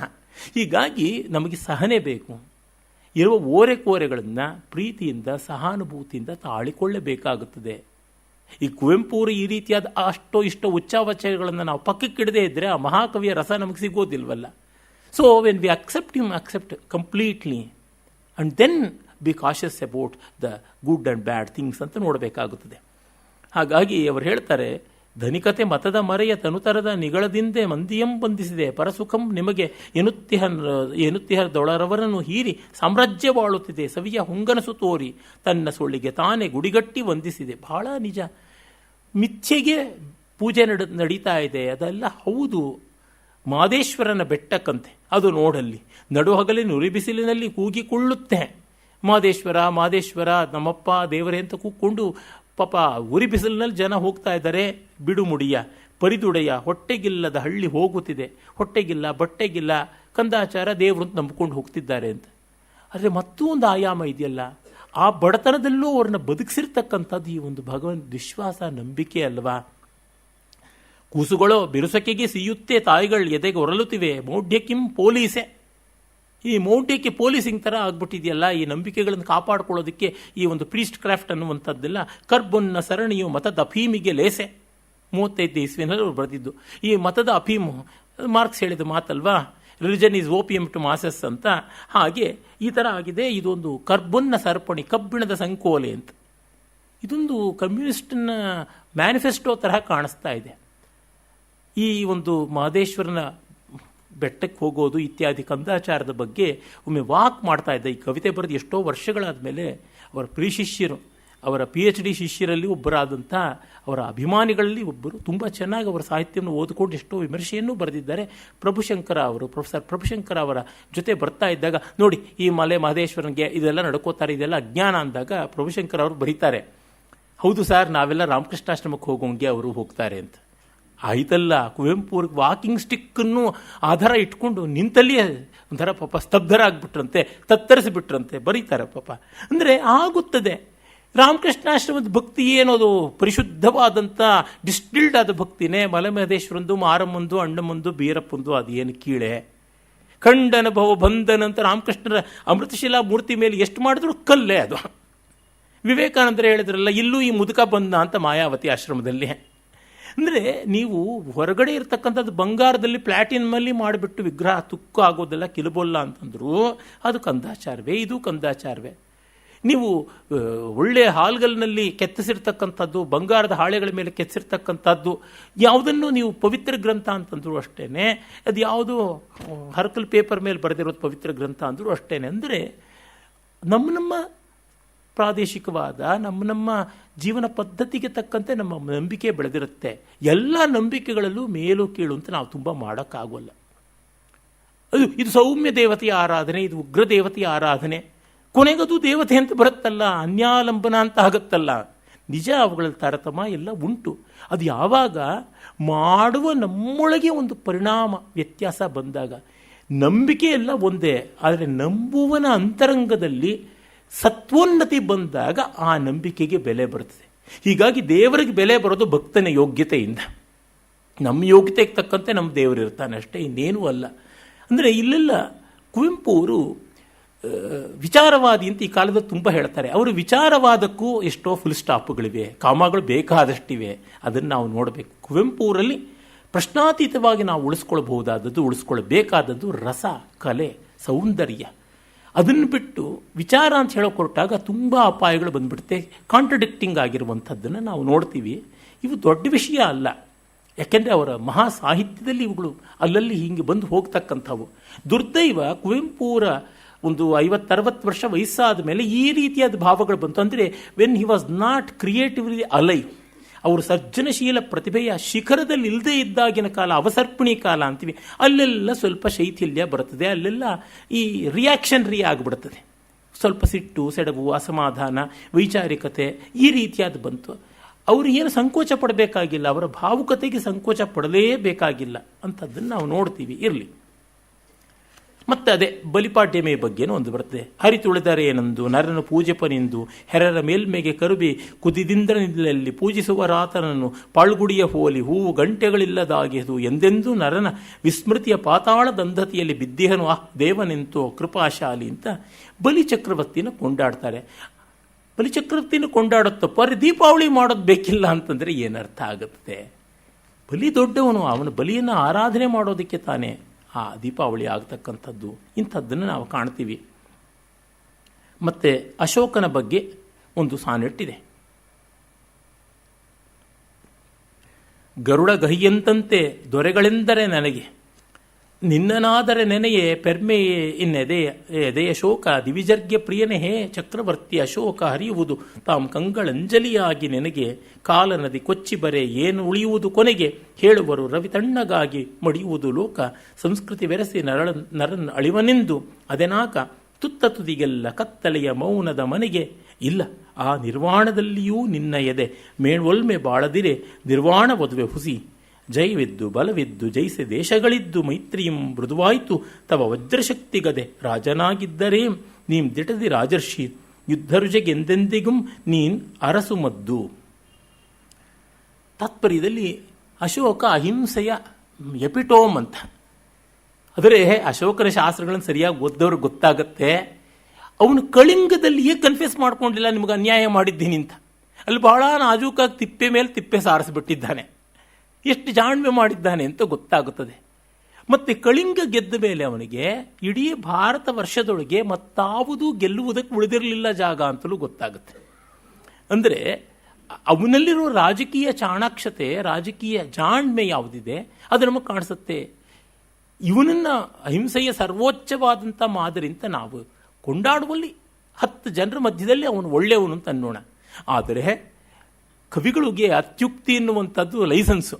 ಹಾಗೆ ಮಾಡೋಕ್ಕೆ ಹೋದಾಗ ಕಷ್ಟ. ಅಂದರೆ ಅಶೋಕನನ್ನು ಇಷ್ಟೆಲ್ಲ ದೊಡ್ಡ ಕೊಂಡಾಟಗಳಿಂದ ಮಾಡೋಕ್ಕೆ, ಒಂದು ಸಿದ್ಧಾಂತದಂತೆ ಮಾಡೋಕ್ಕೆ ಹೋದಾಗ ಸಮಸ್ಯೆ ಆಗುತ್ತದೆ.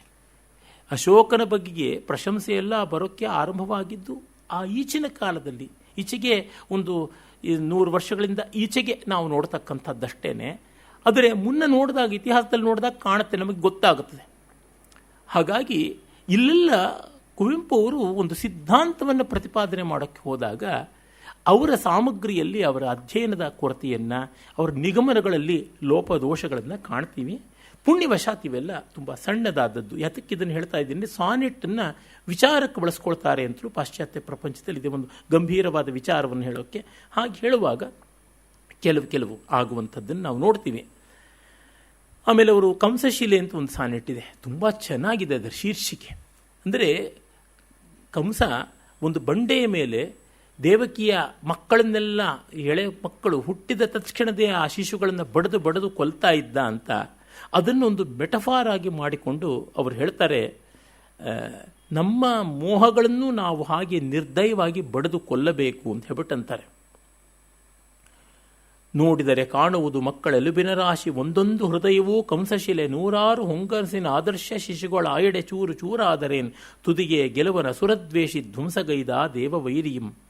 ಬಾಲ್ಯದಿಂ ಕಟ್ಟುವೆವು ಕೆಡಹುವೆವು ಹಳಿವೆವು ಒಲಿಯುವು, ಮತ್ತೆ ಕಿಚ್ಚಿಟ್ಟು ಒಲೆಮೆ ಬೂದಿಯಾಗಿ ಮತ್ತೊಂದೊಲೆಮೆ ಮೋಹಿಪುದು, ಬಿಗಿದಪ್ಪಿಯ ರುಚಿಯ ಚಾಪಲ್ಯದಿಂ ತುಟಿ ಇಡುವೆವು ಆ ಕೊಳಕೆ, ಈ ಕೊಳದ ನೀರ್ಬತ್ತೆ ಕೃಷ್ಣ ನೈತರ್ಪನ್ಯಗಂ ಕಂಸನೆದೆ ಕುಲುಮೆ ಅಂತ. ಅಲ್ಲವ್ರು ಹೇಳ್ತಾರೆ, ಈ ಕಂಸಶಿಲೆ ಒಂದು ಪಾಸಿಟಿವ್ ಅಂಡ್ ನೆಗೆಟಿವ್ ಮೆಟಫಾರ್ ಆಗಿ ನೋಡ್ಕೊಳ್ಬಹುದು. ಕೃಷ್ಣ ಬರ್ತಾನೆ, ಕಂಸಶಿಲೆಯ ಮೇಲೆ ಅವನು ಬೀಳೋದಿಲ್ಲ. ಹಾಗೆ ಯಾವುದೇ ಒಂದು ಪರೀಕ್ಷೆಗಳಿಗೂ ನಿಲ್ಲಬಲ್ಲ ದಾರ್ಢ್ಯ ಇರುವಂತಹ ಮೌಲ್ಯ ನಮ್ಮದಾಗಬೇಕು ಅಂತ ಬಹಳ ಸೊಗಸಾದ ತತ್ವ, ಬಹಳ ದಿವ್ಯವಾದಂಥ ಭಾವ ಅಂತ ಅನಿಸುತ್ತದೆ. ಮತ್ತೆ ಅವರು ಕ್ರಾಂತಿಕಾಳಿ ಅಂತ ಒಂದು ಪ್ರಸಿದ್ಧವಾದ ಸಾನೆಟ್ ಅದನ್ನು ಬರೆದಿದ್ದಾರೆ. ಅವರು ಕ್ರಾಂತಿಯನ್ನು ಕೊಂಡಾಡ್ತಾರೆ. ಅದನ್ನು ನಾವು ಪಾಂಚಜನ್ಯ, ಕೋಗಿಲೆ ಮತ್ತು ಸೋವಿಯತ್ ರಷ್ಯಾ ಈ ಕವನ ಸಂಕಲನಗಳಲ್ಲಿ ಆ ಬಗೆಯಾದದ್ದನ್ನು ಕಂಡ್ವಿ. ಇಲ್ಲಿ ಅವರು ಮತ್ತದೇ ಕವಿಯ ಬೇರೆ ಬೇರೆ ಮನೋಲಹರಿಗಳು ಹೇಗೆ ಬರ್ತವೆ, ಬೇರೆ ಬೇರೆ ಆಯಾಮಗಳು, ಅದನ್ನು ನಾವು ಕಾಣ್ತೀವಿ. ಕ್ರಾಂತಿಕಾಳಿ ಕಠಾರಿಯಂ ನನ್ನೆದೆಗೆ ಕುರಿತು ಝಳಪಿಸಿತೆ, ಬದ್ಧಭ್ರುಕುಟಿ ಕೋಪದಲ್ಲಿ ನಿಂತು ದಂಷ್ಟ್ರ ಘರ್ಷಣರವಂ ಪೊಣ್ಮೆ ಗಜರಿದಳಿಂತು. ಓ ದ್ರೋಹಿ ಕವಿಯೇ, ನಿನಗಿತ್ತಾಣತಿಯ ಮೆರೆತು ಕ್ಲೀಬತನದಲ್ಲಿ ಹೆಣ್ಣು ಸೋಬಾನೆಗಳ ಹಾಡಿ ಪಳ್ಗೈದೆ ಕಜ್ಜಮಂ. ಶುಕಪಿಕ ವಸಂತಲತೆ ಮುಂಗುರುಳು ತಂಗಾಳಿ ದೊರೆಗಿರೆಗಳ ಅಜ್ಜಿಕತೆ, ಬೆಳ್ದಿಂಗಳೆಂಬುವಂ ನೂಕಾಚೆ ಹೆಂಬೇಡಿ. ಬಡತನಂ ಗೊಬ್ಬರಂ ಕತ್ತಿ ಗುದ್ದಲಿ ಹಾರೆ, ಬೆವರು ನೆತ್ತರ್ಗಳಂ ಗಾನಗೈಯುವುದು ನಿನ್ನ ಕರ್ತವ್ಯವಿಂದು. ಹಾ ಹೊಟ್ಟೆಗಿಲ್ಲದೆ ಅನ್ನ ಬಡಜನರು ಸಾಯುತ್ತಿರೆ, ರಸಗಂಧವನ್ನು ತೋರೆ ತಣಿಬಹುದೇ. ಕ್ರಾಂತಿಕಾಳಿಯು ನಾನು ಕೈಬೀಸಿ ಕರೆಯೇ, ಬಾ ಪೂಜೆಗೈ ಹೃದಯ ರಕ್ತವ ಸೂಸಿ ಅಂತ. ಎಷ್ಟೋ ಬಾರಿ ಅನಿಸುತ್ತೆ, ಸುಮ್ಮನೆ ಕವಿತೆ ಬರೆದೆ ಏನು ಪ್ರಯೋಜನ, ಅದು ಮುದ್ದಾಗಿರ್ತಕ್ಕಂಥ ಸುಂದರವಾದ ಕೋಮಲವಾದ ಲಲಿತವಾದ ಭಾವಗಳನ್ನಷ್ಟೇ ಇಟ್ಕೊಂಡು ಏನು ಪ್ರಯೋಜನ ಅಂತ. ನಮ್ಮ ಕೆ.ಎಸ್. ನರಸಿಂಹಸ್ವಾಮಿಯವರು ಮಲ್ಲಿಗೆ ಕವಿ, ಒಲವಿನ ಕವಿ ಅಂತ ಪ್ರಸಿದ್ಧರಾದವರು. ಅವರು ಮೈಸೂರು ಮಲ್ಲಿಗೆ, ಇರುವಂತಿಗೆ, ಉಂಗುರ, ಐರಾವತ, ದೀಪದ ಮಲ್ಲಿ, ಹೀಗೆ ಪುಂಖಾನುಪುಂಖವಾಗಿ ಈ ಕೌಟುಂಬಿಕ ದಾಂಪತ್ಯ ಸ್ವಾರಸ್ಯದ ಮಧುರವಾದಂಥ ಕವಿತೆಗಳನ್ನು ಬರಿತಾ ಇದ್ದಾಗ ಅವರಿಗೆ ತುಂಬ ಆತ್ಮೀಯರು, ಮಾರ್ಗದರ್ಶಕರು ಆಗಿದ್ದಂಥ ವಿ ಸೀತಾರಾಮಯ್ಯವರು ಹೇಳಿದಂತೆ, ಎಷ್ಟು ದಿವಸ ಗಂಡ ಹೆಂಡತಿ ಮೇಲೆ ಬರಿತಾ ಇರ್ತೀರ ಹಾಡು, ಬೇರೆದು ಬರೀರಿ ಅಂತ. ಆಗುತ್ತೆ, ಎಷ್ಟು ದಿವಸ ಬರೀ ಬೆಣ್ಣೆ ಸಕ್ಕರೆ. ನನಗೆ ಅನಿಸುತ್ತೆ ಕಾಳಿದಾಸ ತುಂಬ ವಯ್ಯಾರ ಒನಪು ಮಾಡಿಬಿಟ್ನಲ್ಲ, ಸ್ವಲ್ಪ ಜೋರಾಗಿರಬೇಕಾಗಿತ್ತು, ವಿಶಾಖದತ್ತನ ಥರ ಇರಬೇಕಾಗಿತ್ತು ಅಂತ. ಬರೀ ನೀವು ಶಿವರಂಜನಿನಲ್ಲೇನೆ, ಶುಭಪಂತುವರಾಳಿನಲ್ಲೇನೆ ಇದ್ದರೆ ಏನು ಪ್ರಯೋಜನ? ಅಥವಾ ಕಲ್ಯಾಣಿನಲ್ಲಿ, ಹಮೀರ್ ಕಲ್ಯಾಣಿನಲ್ಲಿ, ಇಲ್ಲ ನೀವು ಬೆಹಾಗಲ್ಲಿ ಇದ್ರೆ ಏನು ಪ್ರಯೋಜನ? ಹಂಸಧ್ವನಿಗೆ ಬರೋದು ಯಾವಾಗ? ಕಥನ ಕುತೂಹಲಕ್ಕೆ ಬರೋದು ಯಾವಾಗ? ಬೇಗಡೆಗೆ ಬರೋದು ಯಾವಾಗ? ಬಿಲ್ಹರಿಗೆ ಬರೋದು ಯಾವಾಗ? ಅಠಾಣಕ್ಕೆ ಬರೋದು ಯಾವಾಗ? ಬರೀ ಬೆಣ್ಣೆ ಸಕ್ಕರೆ ಆಯ್ತಲ್ಲ, ಸ್ವಲ್ಪ ಘಾಟು ಖಾರ ಇರಲಿ ಅಂತ ಅನಿಸುತ್ತೆ. ಈ ಭಾವ, ಇದು ಪ್ರಾಮಾಣಿಕವಾದ ಭಾವ. ಎಷ್ಟು ಕಾಲ ಬರೆಯೋದು ಕ್ಲೀಬತನದಲ್ಲಿ, ಹೇಡಿತನದಿಂದ, ನಪುಂಸಕತೆಯಿಂದ, ಹೆಣ್ಣು ಸೋಬಾನೆಗಳ ಹಾಡಿ. ಅಂದರೆ ಇಲ್ಲಿ ಹೆಣ್ಣನ್ನು ಕೀಳು ಅಂತಲ್ಲ, ಇದನ್ನು ನಾವು ಗಮನಿಸಬೇಕು. ಯಾವುದೋ ಒಂದು ರೀತಿಯಲ್ಲಿ ಈಗಿರುವಂಥ ಕೋಮಲ ಭಾವವನ್ನು ಬಿಡುವನ್ನುವಾಗ ಕೋಮಲತೆಯ ಸಂಕೇತ ಹೆಣ್ಣು ಅಂತೀವಿ. ಅದನ್ನು ನೋಡಿಬಿಟ್ಟಿದ್ರೆ ನೀವು ಸೆಕ್ಸಿಸ್ಟ್ ಕಾಮೆಂಟ್ ಮಾಡ್ತಾ ಇದೀಯಾ, ನೀನು ಹಾಗೆ ಮಾಡ್ತಾ ಇದೀಯಾ, ಮೇಲ್ ಶಿವನಿಸ್ಟಿಕ್ ಪಿಗ್ ಅಂತ ಹೀಗೆಲ್ಲ ಆಕ್ಷೇಪ ಮಾಡಿದ್ರೆ ಆಗತಕ್ಕಂಥದ್ದಲ್ಲ. ಶುಕಾಪಿಕ, ವಸಂತ, ಲತೆ, ಮುಂಗುರುಳು, ತಂಗಾಳಿ, ಈ ಥರದ್ದನ್ನೆಲ್ಲ ಇಟ್ಟು ಪಕ್ಕಕ್ಕಿಡು ಅಂತ. ಅವರು ರಾಮಾಯಣ ದರ್ಶನದಲ್ಲಿ ಒಂದು ಕಡೆ ಹಿರಣ್ಯಕೇಶಿ ಅಂತಕ್ಕಂಥ ಒಂದು ಪಾತ್ರವನ್ನು ಕಲ್ಪಿಸ್ತಾರೆ, ತುಂಬ ಚೆನ್ನಾಗಿದೆ. ಅವನು ಮುಂದೆ ವಿಭೀಷಣನ ಅಳಿಯ ಆಗ್ತಾನೆ ಎನ್ನುವ ಸೂಚನೆ ಸಿಗುತ್ತದೆ. ಅವನು ರಾವಣ, ಮಹಾಪಾರ್ಶ್ವ, ಸುಪಾರ್ಶ್ವ, ಪ್ರಹಸ್ತ, ಇಂದ್ರಜಿತ್ತು, ವಿಭೀಷಣ ಇವರೆಲ್ಲರೂ ಮಂತ್ರಾಲೋಚನೆ ಮಾಡ್ತಾರೆ. ಹನುಮಂತ ಬಂದು ಲಂಕೆಯನ್ನೇ ಸುಟ್ಟು ಹೋದ್ಮೇಲೆ ನಮ್ಮ ಮುಂದಿನ ಆಲೋಚನೆ ಏನು, ಮುಂದಿನ ಕ್ರಮ ಏನು ಅಂತ. ಅತ್ತಲ ದೈತ್ಯ ಸಭೆಯುಳ್ಳಂಥ ಅತ್ಯದ್ಭುತವಾದ ಸಂಚಿಕೆ.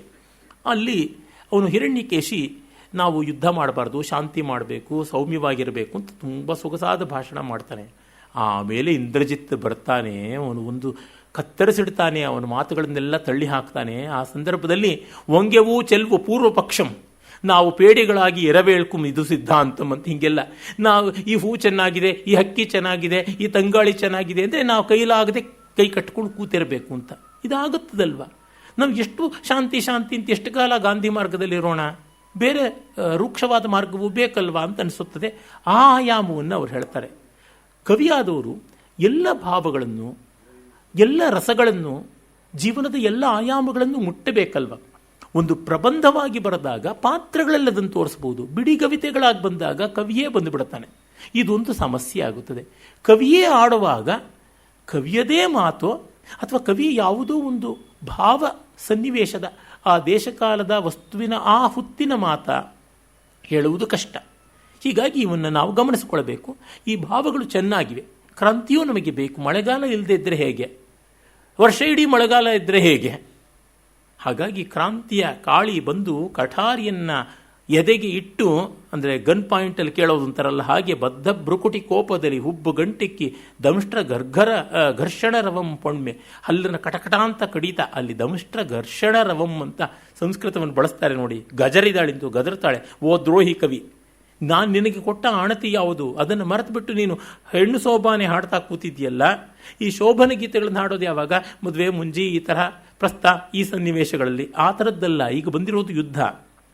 ನೀನು ಬಡತನ, ಗೊಬ್ಬರ, ಕತ್ತಿ, ಗುದ್ದಲಿ, ಹಾರೆ, ಬೆವರು, ನೆತ್ತರು ಇವುಗಳನ್ನು ಕುರಿತು ಹಾಡು ಅಂತ. ಅದೂ ಬೇಕಲ್ವಾ? ಅದು ಕೂಡ ಬದುಕಿನ ಅನಿವಾರ್ಯವಾದ ಅಂಗ ಅಲ್ವಾ? ಇವರೇ ಹೇಳ್ತಾರೆ, ರಸಮಲ್ತೆ ರುದ್ರ ಸೃಷ್ಟಿಗೆ ರೌದ್ರಮಂ ಅಂತ. ರುದ್ರನ ಸೃಷ್ಟಿಗೆ ರೌದ್ರವೂ ರಸ ಅಲ್ಲವಾ ಅಂತ. ಮತ್ತೆ ಹೊಟ್ಟೆಗಿಲ್ಲದೆ ಜನ ಸಾಯ್ತಾ ಇದ್ದಾಗ ನೀನು ರಸಗಂಧವನ್ನು ತೋರೆ ತಣಿಬಹುದೇ? ರಸದ ಪರಿಮಳ ತೋರದೆ ಸಾಕ ಅಂತ. ಬಹಳ ಚೆನ್ನಾಗಿದೆ. ರಸ ಅನ್ನವೂ ಅಲ್ಲ, ಆಹಾರವೂ ಅಲ್ಲ, ರಸದ ಪರಿಮಳವನ್ನು ಹಾಗೆ ಸೆಂಟ್ ಸ್ಪ್ರೇ ಮಾಡಿಬಿಟ್ರೆ ಅಗತ್ಯ ಅಂತ. ನಿಜ, ಏನು ಕಾವ್ಯ ಪ್ರಯೋಜನಕ್ಕೆ ಬರೋಲ್ಲ, ಸಂಗೀತ ಏನು ಪ್ರಯೋಜನಕ್ಕೆ ಬರೋದಿಲ್ಲ, ಯಾವುದೂ ಅಲ್ಲ. ಇದನ್ನು ನಾವು ಗಮನಿಸ್ಕೊಳ್ಬೇಕು. ಕುವೆಂಪುರೇ ಕವಿ ಬಹಳ ದೊಡ್ಡವನು, ಕವಿ ಕ್ರಾಂತದರ್ಶಿ ಆದವನು, ಅವನು ಹಾಗೆ ಹೀಗೆ ಅಂತೆಲ್ಲ ಕೊಂಡಾಡಿದ್ದಾರೆ. ಆದರೆ ಕವಿ ಇಲ್ಲದೆ ಸಮಾಜ ಇರುತ್ತೆ. ರೈತ ಇಲ್ಲದೆ ಇರೋಕ್ಕಾಗೋಲ್ಲ, ಕಲ್ಲೊಡ್ಡ ಇಲ್ಲದೆ ಇರೋಕ್ಕಾಗೋಲ್ಲ, ಜಲಗಾರ ಚರಂಡಿ ಬಾಚವನು ಇಲ್ಲದೆ ಇದ್ದರೆ ಇರೋಕ್ಕಾಗೋಲ್ಲ. ಜಗತ್ತು, the whole world will be stinking. ಹಾಗಾಗಿ ಈ ಕಲಾವಿದರು, ಕವಿಗಳು ಯಾವಾಗ ಬರ್ತಾರೆ? ಎಲ್ಲರ ಕೆಲಸ ಮುಗಿದ ಮೇಲೆ ಬರ್ತಾನೆ. Their role is only in leisure. ವಿರಾಮದಲ್ಲಿ ಮಾತ್ರ ಅವರು ಬರ್ತಾರೆ. ಚಟುವಟಿಕೆ ಇದ್ದಲ್ಲಿ ಇರೋಕ್ಕಾಗಲ್ಲ. ಪ್ರಸಿದ್ಧವಾದ ಈಸೋಪನ ನೀತಿಕತೆ ಇದೆಯಲ್ಲ, ಆ್ಯಂಟ್ ಆ್ಯಂಡ್ ದಿ ಕ್ರಿಕೆಟ್ ಅಂತ. ಇರುವೆಗಳೆಲ್ಲ ದುಡಿದು ಪಾಪ ಕೂಡಿಡ್ತಾ ಇರುತ್ತವೆ. ಆಗ ಒಂದು ಮಿಡತೆ ಬಂದು ಇಷ್ಟು ಚೆನ್ನಾಗಿದೆ ವಸಂತ ಅಂತ ವೈಲಿನ್ ನುಡಿಸ್ಕೊಂಡು ಬರುತ್ತೆ.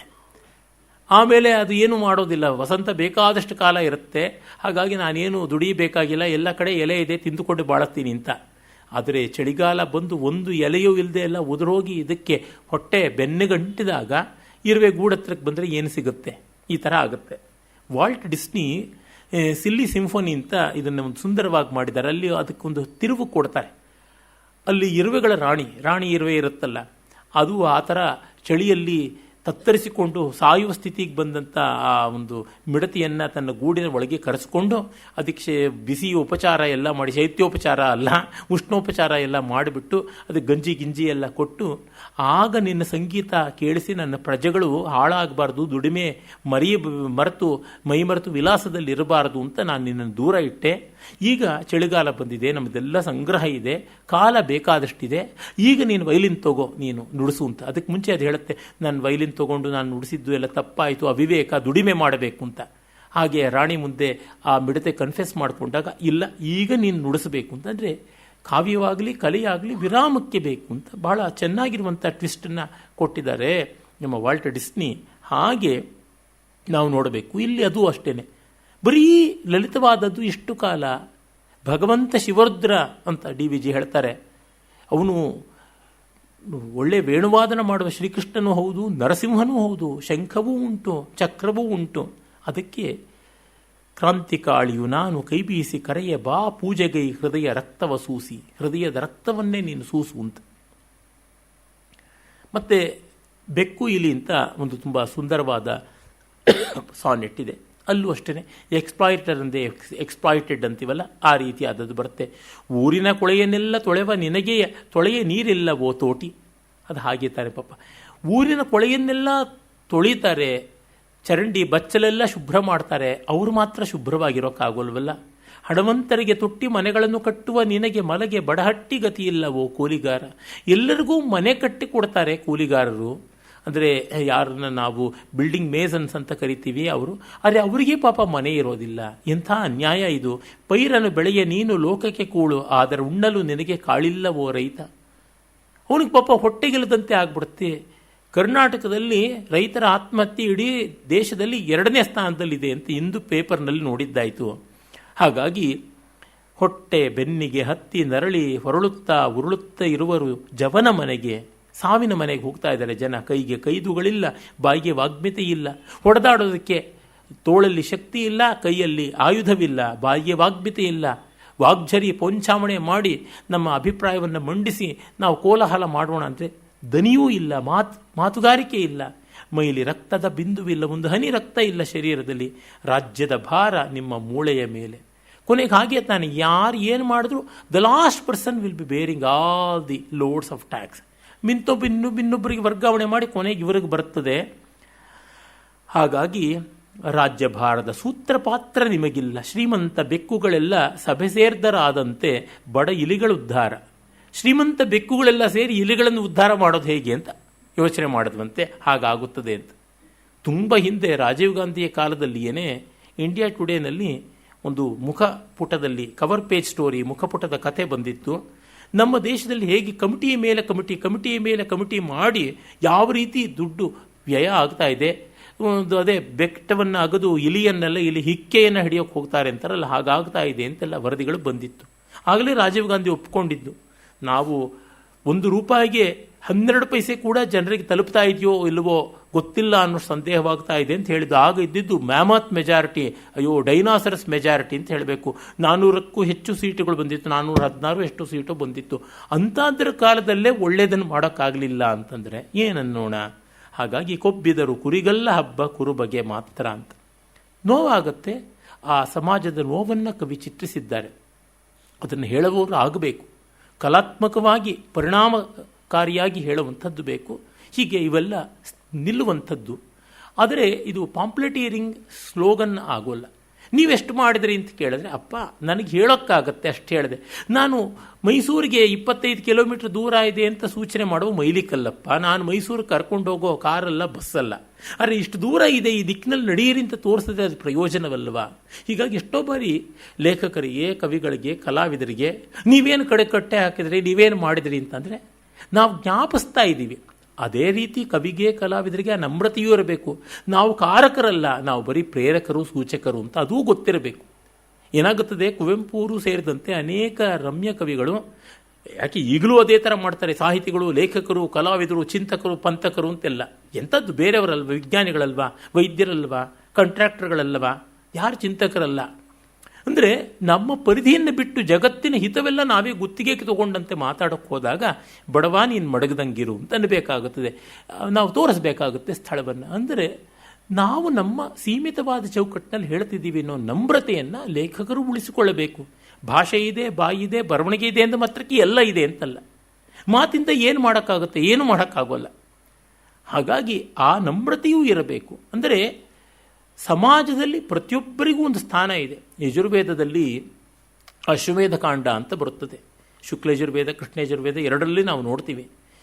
ಅಲ್ಲಿ ಅಶ್ವಮೇಧ ಕಾಂಡದಲ್ಲಿ ಒಂದು ದೇಶಕ್ಕೆ ಯಾರೆಲ್ಲ ಬೇಕು ಅಂತ ಒಂದು ಪಟ್ಟಿ ಮಾಡುವುದಾಗುತ್ತೆ. ಒಂದು 18-20ಕ್ಕೂ ಹೆಚ್ಚು ಸ್ಕಿಲ್ಸ್. ಅದರೊಳಗೆ ಚರ್ಮಕಾರರಿದ್ದಾರೆ, ರೈತರಿದ್ದಾರೆ, ಕಮ್ಮಾರರಿದ್ದಾರೆ, ಎಲ್ಲ ರೀತಿಯಾದವರು ಇದ್ದಾರೆ. ಇವರೆಲ್ಲ ಯಜ್ಞಕ್ಕೆ ಬೇಕು ಅಂತ. ಯಜ್ಞ ಅಂದರೆ ರಾಷ್ಟ್ರ ಯಜ್ಞ, ಯಜ್ಞ ಅಂದರೆ ಜಗದ್ಯಜ್ಞ. ಆ ಯಜ್ಞಕ್ಕೆಲ್ಲ ಬೇಕು ಅಂತ. ಅಲ್ಲೊಬ್ಬ ಕವಿನೇ ಬೇಕು, ಒಬ್ಬ ಮಂತ್ರ ಹೇಳುವನೇ ಬೇಕು ಅಂತ ಇಲ್ಲ. ಇದು ನಾವು ಗಮನದಲ್ಲಿ ಇಟ್ಟುಕೊಳ್ಬೇಕಾದದ್ದು. ಮತ್ತೊಂದು ಸಾನೆಟ್ ಲೆನಿನ್ ಬಗ್ಗೆ ಬರೆದಿದ್ದಾರೆ, ತುಂಬ ಕೊಂಡಾಟ ಮಾಡಿದ್ದಾರೆ. ಆದರೆ ನೋಡಿ, ಇದು 35ರಲ್ಲಿ ಬರೆದಿದ್ದು. 95ಕ್ಕೆ ಅಂದರೆ ಒಂದು 60 ವರ್ಷ, ಒಂದು ಸಂವತ್ಸರ ಚಕ್ರ ಆಗೋದ್ರೊಳಗೆ ರಷ್ಯನ್ರೇ ನಿಂತು ಲೆನಿನ್ನ ಹೆಣ ಇಟ್ಟಿದ್ರು. ಅಲ್ಲಿ ಹೆಣವೂ ಇಲ್ಲದಂತೆ, ಆ ವಿಗ್ರಹವೂ ಇಲ್ಲದಂತೆ, ಅವನ ಹೆಸರೂ ಇಲ್ಲದಂತೆ ಮಾಡಿಬಿಟ್ರು. ಲೆನಿನ್ ಗ್ರಾಡ್ ಅನ್ನೋ ಊರಿನ ಹೆಸರನ್ನು ಮಾರಿಸ್ಬಿಟ್ರು. ಅಂದರೆ ನಾವು ಯಾರ್ಯಾರೋ ಬಹಳ ದೊಡ್ಡವರು ಅಂತ ಅಂದ್ಕೊಂಡ್ಬಿಟ್ರಿ. ಲೆನಿನ್ನಷ್ಟು ಜನಹಂತಕ ಯಾರು? ಪೋಲ್ಪಾಟ್ ಆಗಲಿ, ಸ್ಟಾಲಿನ್ ಆಗಲಿ, ಲೆನಿನ್ ಆಗಲಿ, ಈ ಒಬ್ಬರೇ ಇಬ್ಬರೇ ಬೇಕಾದಷ್ಟು ಜನ ಲೋಕಕಂಟಕರು, ಮಾವೋ ಇತ್ಯಾದಿಗಳೆಲ್ಲ. ಅಂದರೆ ಒಂದೊಂದು ಆವೇಶ ಪತ್ರಿಕೆಗಳನ್ನು ನೋಡಿ ತಿಳ್ಕೊಳ್ಳೋದಾಗತ್ತೆ. ಕುವೆಂಪು ಅವ್ರಿಗೆ ಏನು ದೇವದೂತ ಬಂದು ಏನಾದ್ರು ಸಂದೇಶ ಕೊಡೋಕ್ಕಾಗತ್ಯ? ಇವರೇ ಅಲ್ಲಿ ಹೋಗಿ ನೋಡೋಕ್ಕಾಗತ್ಯ? ಪುಸ್ತಕ, ಪತ್ರಿಕೆ, ಆಕಾಶವಾಣಿ ಇತ್ಯಾದಿ. ಅವರು ಎಷ್ಟು ಗೊತ್ತಿರುತ್ತೆ ಅಷ್ಟು. ಅಂದರೆ ನಾವು ಒಂದು ಘೋಷಣೆ ಮಾಡೋಕ್ಕೆ ಹೊರಟಾಗ ಸ್ವಲ್ಪ ಎಚ್ಚರ ಇರಬೇಕಾಗುತ್ತದೆ. ಅದರಿಂದಲೇ ನಮ್ಮ ಜೇನ್ ಆಸ್ಟಿನ್ ಹೇಳ್ತಾರಲ್ಲ, don't ever take your hero to places which you haven't visited ಅಂತ. ನಾವು ಎಲ್ಲಿಗೆ ಓಡಾಡಿಲ್ವೋ ಅಲ್ಲಿಗೆ ನಮ್ಮ ಕಥಾನಾಯಕರನ್ನು ಕರ್ಕೊಂಡು ಹೋಗಬಾರ್ದು ಅಂತ. ಕ್ಷೇತ್ರ ಪರಿಮಿತಿ ಅನ್ನೋದು ಬಹಳ ಮುಖ್ಯ. ಕವಿಯಾದ ತಕ್ಷಣ ಜಗತ್ತೆಲ್ಲ ತಮ್ಮ ಕ್ಷೇತ್ರ ಅಂದ್ಕೊಳ್ಳೋಕ್ಕಾಗಲ್ಲ, ಭಾವ ಮಾತ್ರ ತಮ್ಮ ಕ್ಷೇತ್ರ. ವಿದ್ಯಾ ವಿಷಯಗಳು, ಜೀವನ ವಿಷಯಗಳು ಅಲ್ಲ. ಅಲ್ಲಿ ನಮಗೆಷ್ಟೋ ಅಷ್ಟೋ ಇರುತ್ತೆ, ಅದರೊಳಗೆ ಮಾತ್ರ. ರತಿ, ಹಾಸ, ಕ್ರೋಧ ಇತ್ಯಾದಿ ಸ್ಥಾಯಿ ಭಾವಗಳಿವೆ, ವ್ಯಭಿಚಾರಿ ಭಾವಗಳಿವೆಯಲ್ಲ. ನಾಟ್ಯಶಾಸ್ತ್ರ ಹೇಳದಂತೆ 8, 33 ಎಲ್ಲ ಸೇರಿ 49 ಅಂತ ಅಷ್ಟಕ್ಕೆ ನಾವು ನಿಲ್ತೀವಿ, ಬೇರೆ ಎದಕ್ಕಲ್ಲ ಅಂತ ಗೊತ್ತು ಮಾಡ್ಕೊಳ್ಬೇಕು. ಯಾಕೆಂದರೆ ನಮಗೆ ದಿನಪತ್ರಿಕೆಗಳನ್ನು, ಹಳೆಯ ದಿನಪತ್ರಿಕೆಗಳನ್ನು, ಹಿಂದಿನವ್ರದ್ದು ಬರವಣಿಗೆಗಳನ್ನು ನೋಡುವಾಗ ಆಗೆಲ್ಲ ಯಾರು ದೊಡ್ಡ ದೊಡ್ಡ ಐಕನ್ಸ್ ಅಂತಿದ್ರು, ಈಗೆಲ್ಲ ಅವರು ಪುಡಿಯಾಗಿ ಉರುಳು ಹೋಗ್ಬಿಟ್ಟಿದ್ದಾರೆ ಅಂತ. ಕುವೆಂಪು ಅಂಥ ಕವಿತೆಗಳನ್ನು ಬರೆದಿದ್ದಾರೆ, ಎಲ್ಲೆಲ್ಲ ಹೊರಟೋಗ್ಬಿಟ್ರು ನೋಡು ಅಂತ. ಲೆನಿನ್ನೂ ಹೋಗ್ತಾನೆ, ಸ್ಟಾಲಿನ್ನೂ ಹೋಗಿದ್ದಾನೆ ಅಂತ ಅನ್ನೋದನ್ನು ನಾವು ಕಾಣಬೇಕಾಗುತ್ತದೆ. ಅದೇ ಟಾಲ್ಸ್ಟಾಯ್ ಬಗ್ಗೆ ಬರೀತಾರೆ. ಆತ ನಿಂತಿದ್ದಾನೆ, ಲೇಖಕನಾಗಿ ನಿಂತಿದ್ದಾನೆ.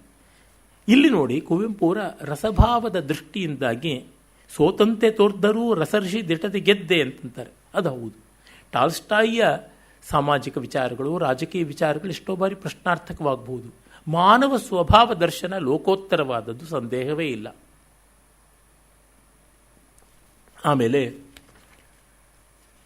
ಅವರು ಭವ್ಯವಾದ ಒಂದು ಕವಿತೆ ಬರೀತಾರೆ, ತ್ಯಾಗವಿಲ್ಲದ ದೇಶಭಕ್ತಿ ಕ್ಲೈಬ್ಯಕ್ಕೆ ಎಷ್ಟಿ ಅಂತ. ತುಂಬ ಚೆನ್ನಾಗಿದೆ ಆ ಶೀರ್ಷಿಕೆ ನೋಡಿ. ತ್ಯಾಗವಿಲ್ಲದ ದೇಶಭಕ್ತಿ ಹೇಳಿತನಕ್ಕೆ ಓರೆಗೋಲು ಅಂತ. ಅಂದರೆ ಹೇಳಿತನ ಇನ್ನೂ ಚೆನ್ನಾಗಿ ನಡ್ಕೊಂಡು ಹೋಗುತ್ತೆ ಅಷ್ಟೇನೆ ಅಂತ. ಅಂದರೆ ಅವರು ಹೇಳ್ತಾರೆ, ನರಳುತಿಹುದು ಅಡಿಗಲ್ಲು ಹರ್ಮ್ಯ ಭಾರವ ಹೊತ್ತು ಭೂಗರ್ಭ ತಿಮಿರದೆ ಸಿಲುಕಿ ಬಿದ್ದು ನಭಕೆತ್ತಿ ಕಾರ್ತಸ್ವರ ಲೇಪನದ ಗೋಪುರದ ನೆತ್ತಿ ಅಂತ. ಕಾರ್ತಸ್ವರ ಅಂದರೆ ಬಂಗಾರ. ಪ್ರಾಯಶಃ ಇವ್ರಿಗೆ ಹಿಂದೆ ಬಸವಪ್ಪ ಶಾಸ್ತ್ರಿಗಳು ಆ ಪದ ಬಳಸಿದ್ರು, ಆಮೇಲೆ ಕುವೆಂಪು ಅವರೇ ಬಳಸಿದ್ದು ಅನ್ಸುತ್ತೆ. ಅವರ ಸಮಕಾಲೀನರು ಯಾರು ಬಳಸದಂತೆ ಕಾಣೋಲ್ಲ, ಅಷ್ಟು ವಿರಳವಾದಂಥ ಶಬ್ದ. ಆ ಬಂಗಾರದ ಗೋಪುರದ ನೆತ್ತಿಯಲ್ಲಿ ಎಷ್ಟೆಷ್ಟೋ ಮೆರೀತಾ ಇರ್ತಾರೆ, ಆದರೆ ತಳದಲ್ಲಿ, ಅಸ್ಥಿಭಾರದಲ್ಲಿ ಕಲ್ಲುಗಳು ಕಾಣದೇ ಇರುತ್ತವೆ. ಹಾಗೆ ತ್ಯಾಗಿಗಳು ಕಾಣೋದಿಲ್ಲ. ಸ್ವಾತಂತ್ರ್ಯ ಸಂಗ್ರಾಮದಲ್ಲಿ ಗಾಂಧಿ, ನೆಹರು ಸಂತಾನ ಇವರುಗಳು ಮೆರೆದಂತೆ ಪಾಪ ಎಲ್ಲಿ ಹೋಗ್ಬಿಟ್ರೋ ಕ್ರಾಂತಿಕಾರಿಗಳು, ಎಲ್ಲಿ ಹೋಗ್ಬಿಟ್ರೋ ಪ್ರಥಮ ಸಂಗ್ರಾಮದಲ್ಲಿ ಸತ್ತಂಥ ತಾತ್ಯಾ ಟೋಪಿ ಇರ್ಬೋದು, ಲಕ್ಷ್ಮೀಬಾಯಿ ಇರ್ಬೋದು, ಒಬ್ಬರೇ ಇಬ್ಬರೇ ಭಾಗ ಜತೀನಿರ್ಬೋದು, ಬೇಕಾದಷ್ಟು ಜನ, ಅದನ್ನು ನಾವು ಹೇಳ್ತೀವಿ. ಹಾಗಾಗಿ ಸಿರಿಯ ಕಲಶದ ಕಿವಿಗೆ ಬಡತಳಹದಿಯ ಗೋಳು ಬೀಳುವುದೇ. ಕವಿಯ ಶಕ್ತಿ ಏನೆಂದರೆ, ನಾವು ಗಮನಿಸದೆ ಹೋದಂಥ ಮೂಲೆ ಮೊಡಕುಗಳನ್ನೂ ನೋಡುವಂತೆ ತನ್ನ ಪ್ರತಿಭೆಯ ಬೆಳಕನ್ನು ಅಲ್ಲಿ ಹಾಯಿಸ್ತಕ್ಕಂಥದ್ದು. ಕಲಶ ಇರಬೇಕು, ಅಸ್ಥಿಭಾರವೂ ಇರಬೇಕು. ಆದರೆ ಕಲಶದ ಕಾಂತಿಯಲ್ಲಿ ನಾವು ಅಸ್ಥಿಭಾರದ ಕೆಲಸವನ್ನು ಮರೆಯಬಾರದು, ಆದ್ಯರು ಮಾಡಿದ್ದೇನು ಅಂತ ಮರೆಯಬಾರದು. ಅದನ್ನು ನಾವು ಗಮನಿಸಿಕೊಳ್ಳಬೇಕು. ಈಗ ಕುವೆಂಪು ಇಷ್ಟು ಒಳ್ಳೆಯ ಕಾವ್ಯ ಬರೆಯೋದಕ್ಕೆ, ಅವರು ಇಷ್ಟು ಚೆನ್ನಾಗಿ ಸಾಹಿತ್ಯ ನಿರ್ಮಾಣ ಮಾಡೋದಕ್ಕೆ, ಅವರ ಮನೆಯ ವಾತಾವರಣವನ್ನು ಚೆನ್ನಾಗಿ ನೋಡಿಕೊಂಡಂಥ ಅವರ ಗೃಹಿಣಿ ಹೇಮಾವತಮ್ಮನವರು ಒಂದು ದೊಡ್ಡ ಕಾರಣ. ಕುವೆಂಪು ಅದನ್ನು ಗುರುತಿಸಿದ್ದಾರೆ, ಬಹಳ ಕೊಂಡಾಡಿದ್ದಾರೆ. ಕೆಲವರು ಕೊಂಡಾಡೋದಿಲ್ಲ, ಕೆಲವರು ಗಮನಿಸಿಕೊಳ್ಳೋದಿಲ್ಲ, ಆ ಥರದ್ದು ಇರುತ್ತದೆ ಎಷ್ಟೋ ಬಾರಿ. ನಮ್ಮ ಪ್ರೊಫೆಸರ್ ಎಸ್ ಕೆ ರಾಮಚಂದ್ರಾಯರು ನೆಮ್ಮದಿಯಾಗಿ ಅಧ್ಯಯನ, ಸಂಶೋಧನೆ, ರಚನೆ ಮಾಡೋದಕ್ಕೆ ಅವರ ಗೃಹಿಣಿಯಾದಂಥ ಶ್ರೀಮತಿ ರಮಾದೇವಿಯವರು ಎಷ್ಟೋ ಕಾರಣರಾಗಿದ್ದಾರೆ. ಅದನ್ನು ಅವರು ಗೌರವದಿಂದ ಸ್ಮರಿಸಿಕೊಂಡಿದ್ದಾರೆ. ಆ ರೀತಿಯಾದದ್ದನ್ನು ನಾವು ನೋಡಬೇಕಾಗುತ್ತದೆ. ಹಾಗೆ ಅವರು ಹೇಳ್ತಾರೆ, ಬೆಳ್ಳಿನಾಲೆಗೆ ಸಾಲದಯ್ಯ ವಜ್ರಮುಷ್ಟಿ ಬೇಕಿಂದೆಮಗೆ. ಇಲ್ಲಿ ಅವರು ಹೇಳ್ತಾರೆ, ಬರೀ ಕವಿ ಸಾಕಾಗೋದಿಲ್ಲ, ಕ್ಷತ್ರಿಯ ಅನ್ನಬೇಕು. ಸಿಲ್ವರ್ ಟಂಗ್ ಅಂತೀವಲ್ಲ, ಸಿಲ್ವರ್ ಟಂಗ್ ಶ್ರೀನಿವಾಸ ಶಾಸ್ತ್ರಿ ಅಂತೆಲ್ಲ ಹೇಳ್ತಾ ಇದ್ರು. ಹಾಗೆ ವಜ್ರದ ಮುಷ್ಟಿ ಕೂಡ ಬೇಕಾಗುತ್ತದೆ. ಕಬ್ಬಿಣದ ಸರಳನ್ನು ಒಡೆಯೇ ನುಣುಪು ನಾಯಕರಲ್ಲ ಬೇಕೆಮಗೆ ಒರಟು ಮಂದಿ. ತ್ಯಾಗವಿಲ್ಲದ ದೇಶಭಕ್ತಿ ಕ್ಲೈಬ್ಯಕ್ಕೆ ಎಷ್ಟು. ತ್ಯಾಗ ಮಾಡಬೇಕು ಅಂದರೆ ಏನು? ಕ್ರಿಯಾತ್ಮಕವಾಗದೇ ಇದ್ದರೆ ಬರಿಯ ಮಾತುಗಳು ಪ್ರಯೋಜನವಾಗೋದಿಲ್ಲ ಅಂತ. ಎಲ್ಲರೂ ಈ ಕೆಲಸಕ್ಕಾಗಿ ತನು ಮನ ಧನಗಳನ್ನು ಸಮರ್ಪಿಸಿ ಅಂತಂದರೆ ಒಂದು ಬಿಡುಗಾಸು ಕೊಡದೇ ಇದ್ದರೆ ಏನು ಪ್ರಯೋಜನ? ಮೊದಲು ನನ್ನ ಚಂದ ಇಷ್ಟು ಅಂತ ಅನ್ನೋದನ್ನು ಹೇಳಬೇಕಲ್ವ. ಹಾಗಾಗಿ ನಾವು ಮಾಡಲಾಗದ್ದನ್ನು ಇನ್ನೊಬ್ಬರ ಹತ್ರ ನಿವೇದಿಸಬಹುದಲ್ಲದೆ ಹೇಳೋದಿಕ್ಕಾಗೋಲ್ಲ, ಇನ್ನು ಆದೇಶ ಕೊಡೋದಿರಲಿ. ಅಪ್ಪ ಇದು ಮಾಡಿದ್ರೆ ಒಳ್ಳೆಯದು, ನನಗೆ ಶಕ್ತಿ ಇಲ್ಲ, ನೀವು ಮಾಡ್ತೀರಾ ಅಂತ ಕೇಳಬಹುದು. ಆಗಲೇ ಒಂದು ನಮ್ರತೆ ಬಂದಾಗ ವಾಸ್ತವದ ನೆಲೆಗಟ್ಟಿನ ಮೇಲೆ ನಿಲ್ತೀವಿ. ಅಂಥ ಒಂದು ಒಳ್ಳೆಯ ಕವಿತೆಯನ್ನು ನಾವು ನೋಡ್ತೀವಿ. ಮತ್ತು ದೇಶಭಕ್ತನೊರ್ವನಿಗೆ ಅಂತ ಈ ಸಾನೆಟ್ಟು ತುಂಬ ಸೊಗಸಾಗಿದೆ. ಶ್ರೀಕೃಷ್ಣನೆಂದನ ಅರ್ಜುನನಿಗೆ ಹೇ ಪಾರ್ಥ ಕೀಳಾದೊಡಂ ತನ್ನ ಧರ್ಮದೊಳ್ ಅಳಿವೆಲೇಸು ಮೇಲಾಗಿ ತೋರ್ದೊಡಂ ಪರವಧರ್ಮವದು ಹೇಸು ಭೀಕರಂ ಅಜಯಕರಂ ತನಗನರ್ಥಂ ವ್ಯರ್ಥ ಅನ್ಯರಿಗೆ ಕಬ್ಬಿಣದ ಕರ್ಮ ಕಬ್ಬಿಣಕ್ಕೆ ಹಿತ ಗಣಿಯಿಂದ ಮಲ್ತು ಗುಣದಿಂದೇ ಲೋಹದ ಕರ್ಮ ನಿರ್ಣಯಂ ಗುಣವರಿತ ನಡೆಯ ಯೋಗದ ಮರ್ಮ. ತುಂಬ ಚೆನ್ನಾಗಿ ಗೀತೆಯ ಚಾತುರ್ವರ್ಣ್ಯಂ ಮಯಾ ಸೃಷ್ಟಂ ಗುಣಕರ್ಮ ವಿಭಾಗಶಃ ಅನ್ನೋದಕ್ಕೆ ಬರ್ತದೆ. ಗಣಿಯಲ್ಲಿ ಯಾವ ಗಣಿಯಿಂದ ಬಂದಿದೆ ಅಂತಲ್ಲ, ಯಾವ ಲೋಹ ಅದು ಅಂತ ನೋಡಬೇಕು. ಬಂಗಾರದ ಗಣಿಯಿಂದ ಕಬ್ಬಿಣ ಸಿಕ್ಕಿದ್ರೂ ಆ ಕಬ್ಬಿಣ ಬಂಗಾರವಲ್ಲ.